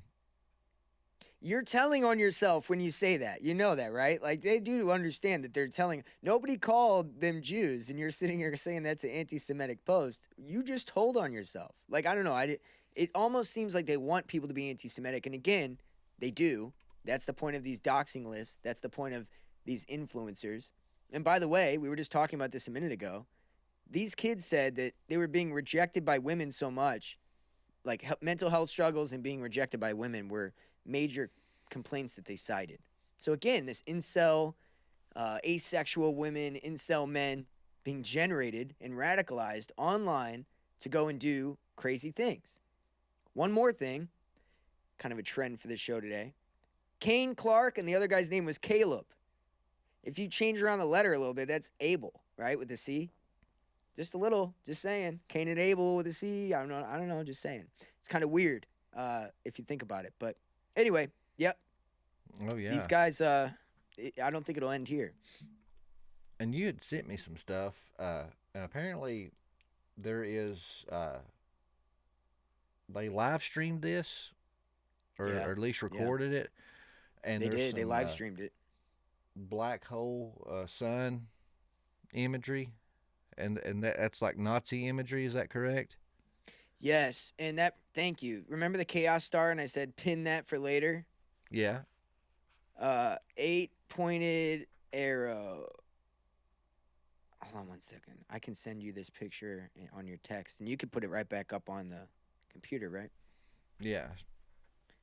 Okay, so I've been studying a lot about this guy named Alexander Dugin, and I've talked to you a little bit about this last time, this push towards this Eastern, not necessarily, he's Eastern Orthodox, but he's actually a follower of Aleister Crowley and Gnosticism, so I think he's hiding behind Eastern Orthodoxy, but either way, I think I mentioned this on your show last time, and here's a 8-pointed star, or 8-pointed arrow, that he stands behind. He's got a flag of this behind him.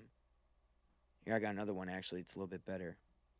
And I think this is very interesting when we're talking about this 8-pointed star or this black sun that these guys have on. I think it's all part of the same movement.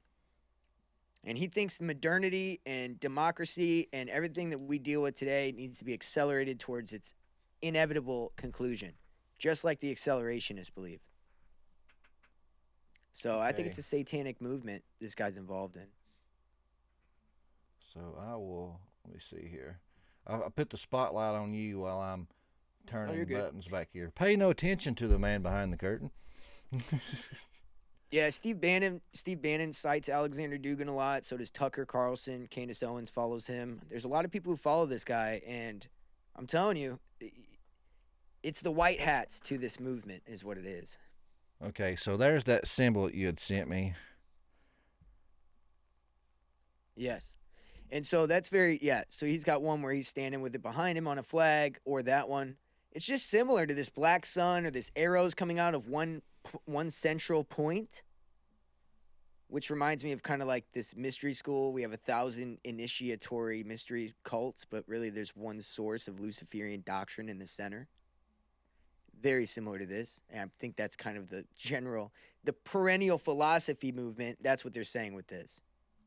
There's one that's truth exactly within all like the the religions. ancient Sumerian one that we had seen. It's just the arrows were inverted, all pointing to the center. Yes. Yeah, I wonder what that, yeah. So here is this video. Where's the sound? There it is. This is your last chance. After this, there is no turning back. You take the blue pill. The story ends. You wake up in your bed and believe whatever you want to believe. You take the red pill. You stay in Wonderland. And I show you how deep the rabbit hole goes.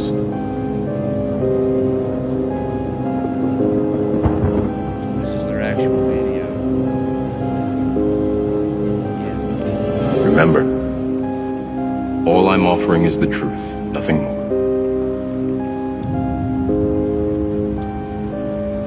And they write, again, what's up with the writing on their gun? Everybody writes on their guns with white paint marker. Every single one of these shooters do it. So they're either in a group, a little cult, or they're all just like organically deciding to do that. And I don't think that's the case. I think it's more likely this is an MO. It's given out by this group, probably the Order of the Nine Angles, 764 cult, whatever. And they tend to have certain symbols, certain ways of writing on their guns or bullets. And it's like, I could show you 10 different shooters who did that same thing. Yeah. So what well, is that's that? an ancient thing, you know. I mean, here's where my lane comes in, the ancient history stuff. That's the rabbit hole that I'm in.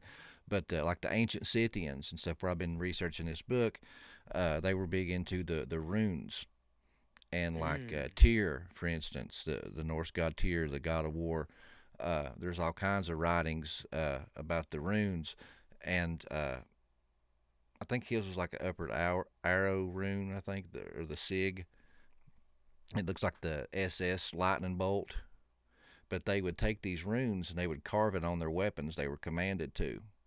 They were commanded to etch these runes on the blade handle and then the hilt for power and protection in battle, as opposed to call the god or the spirit or the power of that god into the weapon. So that's a really ancient rite that they used to do back in the day with their swords. That's why our military does it, huh? Mm-hmm. It's weird that our military does it, and then some random civilians decide that that's going to be something they do too. You know, it's like they're being taught that from somewhere. Is my point. Yeah. You know, like you Being said, it's an handed ancient down. thing. Yes, exactly. And here's another video. It's got a sensitivity warning, so I guess it's got some more of the footage from the day.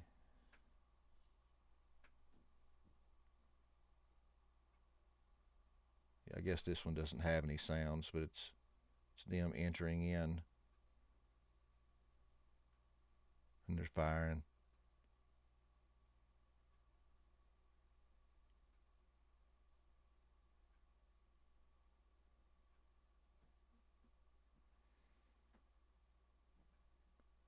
Yep, there's that writing you talked about.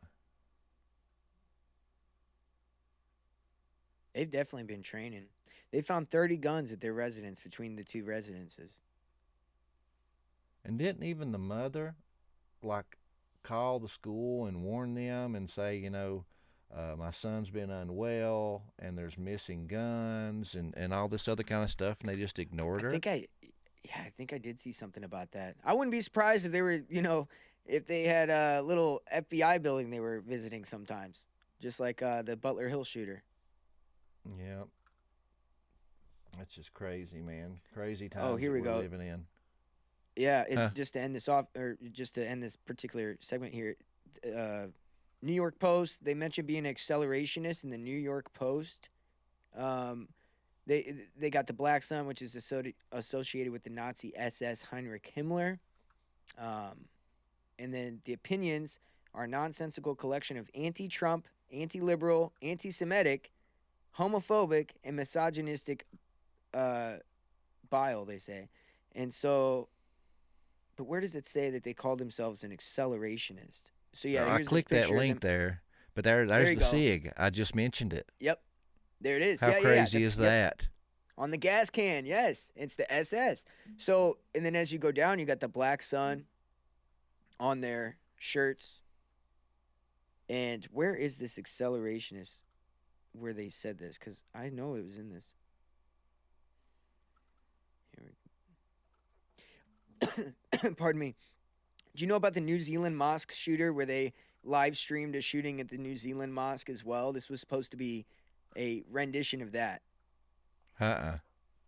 So that's what they were trying to recreate a mass shooting that was at a New Zealand mosque that got live streamed.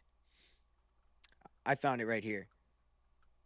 So, including Muslims, Jews, and gays, describing himself as an accelerationist who hoped to instigate an all-out race war or bring about the collapse of society. That's what they want. These accelerationists want to bring about the collapse of modernity. They want to bring about the collapse of Western society so they can institute this AI government, hive mind, one world government, new world order system. And they're going to do it one way or the other. If they have to lead you in through the anti-Zionist white hat regime like the Dugans and the Tucker Carlsons who are going to point out all the corruption and then be your savior, or the other way where everything just keeps devolving until we literally just dissolve by wars and famine or whatever in this country because we don't do anything about it necessarily until it's too late. Because you're so complacent. And the thing is too is I even caught myself kind of echoing that rhetoric, because it's like most of us, the system I believe is built that way on purpose.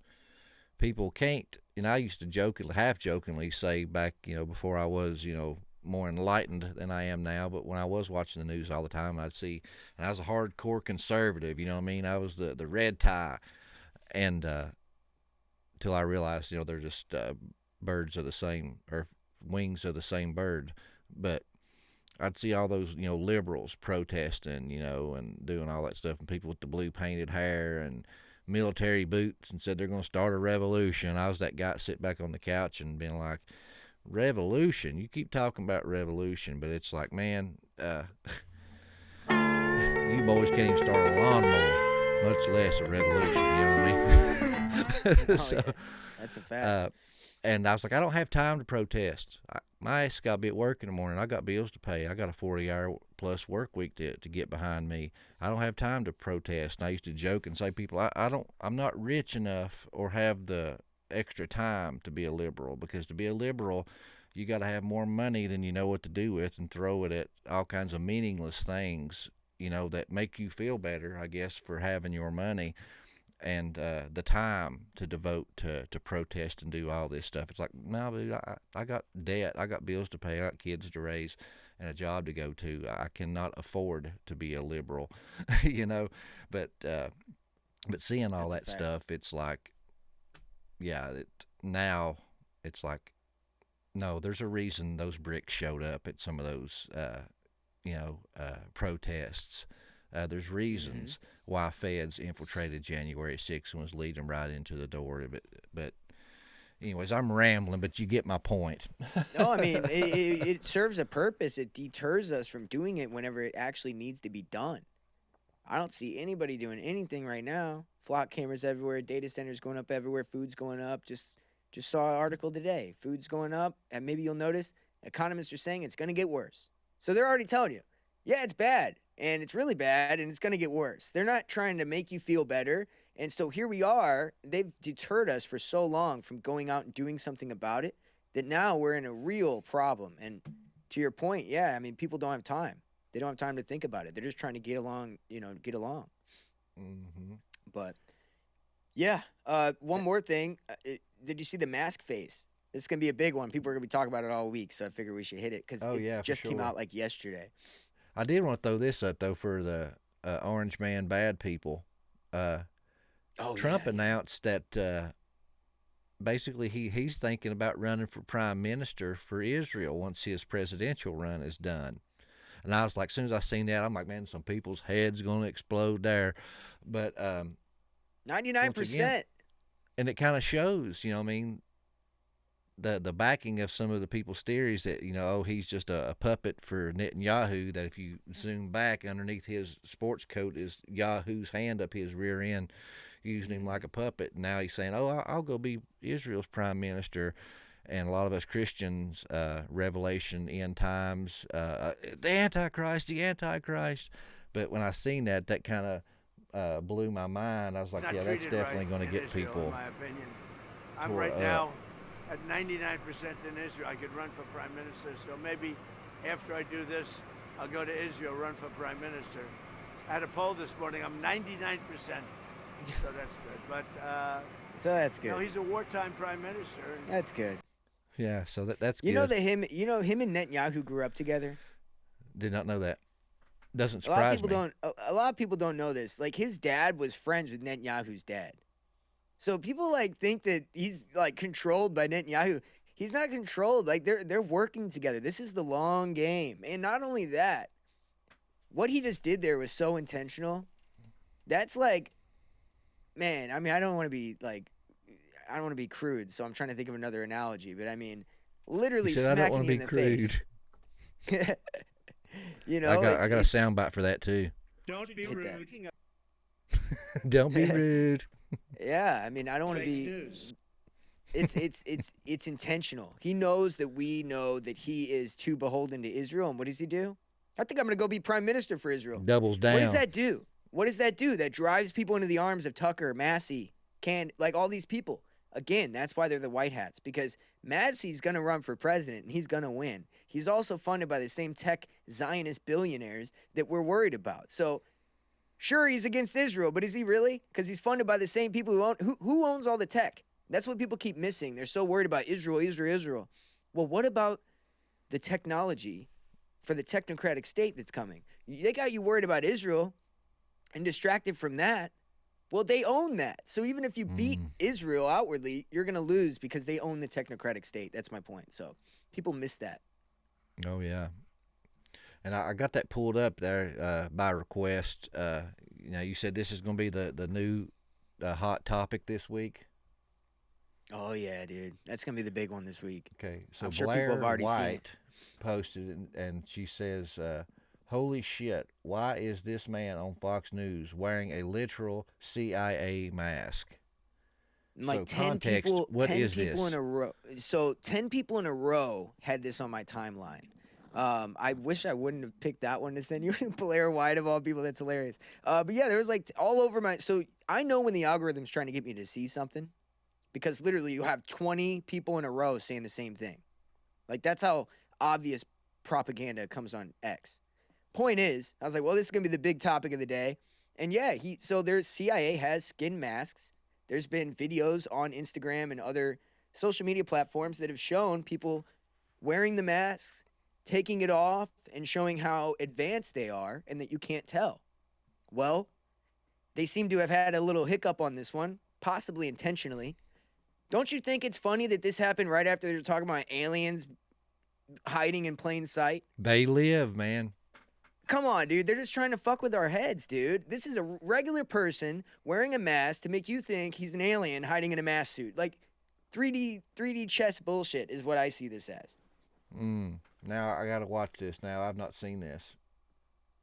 And the president knows he's in the position to demand those. So I think in that sense, he controls the narrative and when he would strike. I'd also say that patience and the request from Saudi, Qatar, UAE, and the president knows he's in the position. Dude, you can see that plain as day. Dude, it's plain as day. Plain as day. Listen, that's not on accident. That doesn't happen by accident. All right. And how good that you got looks. Makeup art. I know. It looks perfect. No, I know. That's the thing. These masks are good, man. When you look at these people, I believe that there is body doubles or people that are using these masks. You remember Tall Biden? Now, I remember people saying that there was different ones and some, yeah. I remember some of the talk. Yeah, there's pictures of him standing next to somebody, and you know how tall he is, right? And then he goes, you got a picture of that guy standing next to some other guy, and this guy's way taller. And then you got Biden standing next to the taller guy, and he's like taller than him. So you're like, well, wait a minute. How he was shorter than that guy, but now he's taller than this guy? But it's because there's like body double mass. That's the theory, right? Crazy. This lays more credence to those theories when you see this kind of stuff. Oh my God! So this just happened. So I'm eager to see what their response is now. Me If too. they, I mean, they can't ignore that. I wonder if they try to turn the narrative into, see, they're hiding amongst us. You know, if that's the case, then that's where I think they may want to go with it. And I'm just like, come on, dude, that's bullshit. You know, give me the tall Biden story. I'll go with that one way faster than the aliens. Yeah, Morpheus in the chat said NDS boys, mainly Top, was throwing light shade at you and Ben because of y'all's criticism of Tucker and Massey, just because Tucker just had Owen Benjamin on his show. Makes no sense. All they got to do is ask me my point of view. I'll explain it to them happily. Go look up Jeff Yass. Jeff Yass is a billionaire who funded the University of Austin, which is owned by Joe Lonsdale, the owner of Palantir, Peter Thiel, the other owner of Palantir, Alex Karp, the other owner of Palantir that wants to put fentanyl in urine and spray it on people that pissed him off. These psychopaths funded J.D. Vance, and J.D. Vance funded Thomas Massey's company, a VR headset company, that he sold to Zuckerberg. He's so plugged into the tech bro group. I don't care. I would love to explain my point of view to Top and them. I think they'd understand. I get it. He's against the Zionists. I get it. He's great on policy for America, but wait till he takes office and see what he does. Because Trump said everything we wanted to hear too, but then now look at him. You see? So just because Massey's doing stuff in the Congress to prove himself doesn't mean you got to look at who's behind this guy. Who's funding his pockets? So I get it, but some of these guys don't look into stuff as deep as I do. No shade on them. They have their own lane. This is my lane. And I'm telling you, the technocrats fund that guy. Yep, which, So, like I yeah. said, I'm just now getting Shout plugged out, back Tom. into the news. But I'd worries. seen some people talking about this whole Massey thing, like he was like a senator from Kentucky, and they said that Trump supported him, but then when he started pointing out the Jews and the Zionist stuff, that basically Trump pulled the rug out from underneath him and backed someone else, and now shoved him out, and a lot of people's in an uproar over it, and a lot of people, even on my Facebook page, like friends that I went to school with, you know what I mean, not in this conspiracy sphere, on there, saying you traded someone that was trying to expose the Epstein list to someone that is funded by the Epstein list. Congratulations, folks, you know, stuff like that. Controlled exposure. I call it exposure gate. The deep state is exposing itself, presenting itself as the savior. Look at all the stuff we've uncovered, so they could then lead you astray. That's all that's going on. And when you look at it that way, it becomes a little bit more clear, and you're able to see a little bit more clear-headed. And it sucks because I know we're looking for somebody white hat, right? We're looking for, I want Tucker to be true to what he says, but I can't look past his dad being CIA, him having Kabbalah bracelets, a few other details that have went past me with Dugan. It's just, if you really open your eyes to the discernment, I don't know, the telling you what you want to hear just doesn't work. Yeah. Well, man, dude, I thank you for coming and helping me on this adventure because, like I told you privately, I couldn't do this alone. So you're a huge help. 90% of the topics presented today was from Andrew.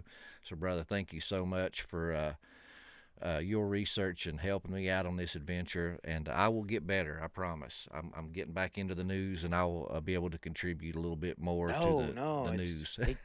I love it because then we can give all the details, right? You know, we don't assume that anybody knows X, Y, or Z, right? We get all the context out there, and yeah, it makes for a better show. It's been an honor, man. I really appreciate it. I look forward to keeping it going with you. It's great.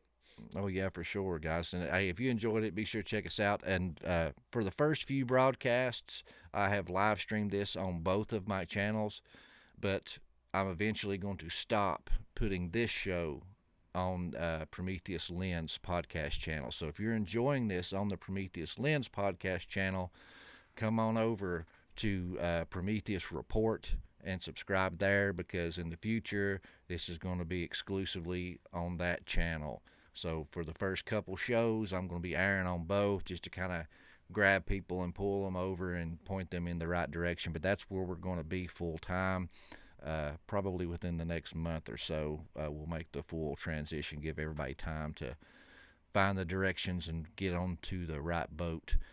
But yeah, dude, Andrew, thank you so much, brother. And I'm excited about this.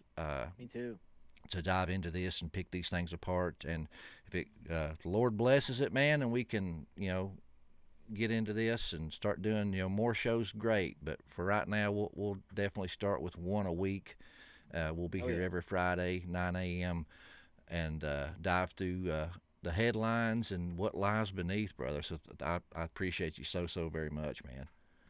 Hey, look forward to next week. Thank you so much again, Justin. And in the meantime, if you guys want to check out 6G Agenda, it's on all platforms. We got some stuff coming out this weekend. We'll be going live. Hope to see you there. Awesome. Well, guys, be sure to check us out on the Prometheus Report every Friday, 9 a.m. Eastern Standard, unless something changes and we find a better time that works for everybody else. We'll plug and play, like I said in the beginning. And be sure to check out Prometheus Lens. We do the live reading every Sunday, 8 p.m. Eastern Standard Time, and Monday live premiere pre-recorded shows. So come hang out, chat with us, and join us, man, on the hero's journey. All right, guys, we'll see you guys next time. Peace.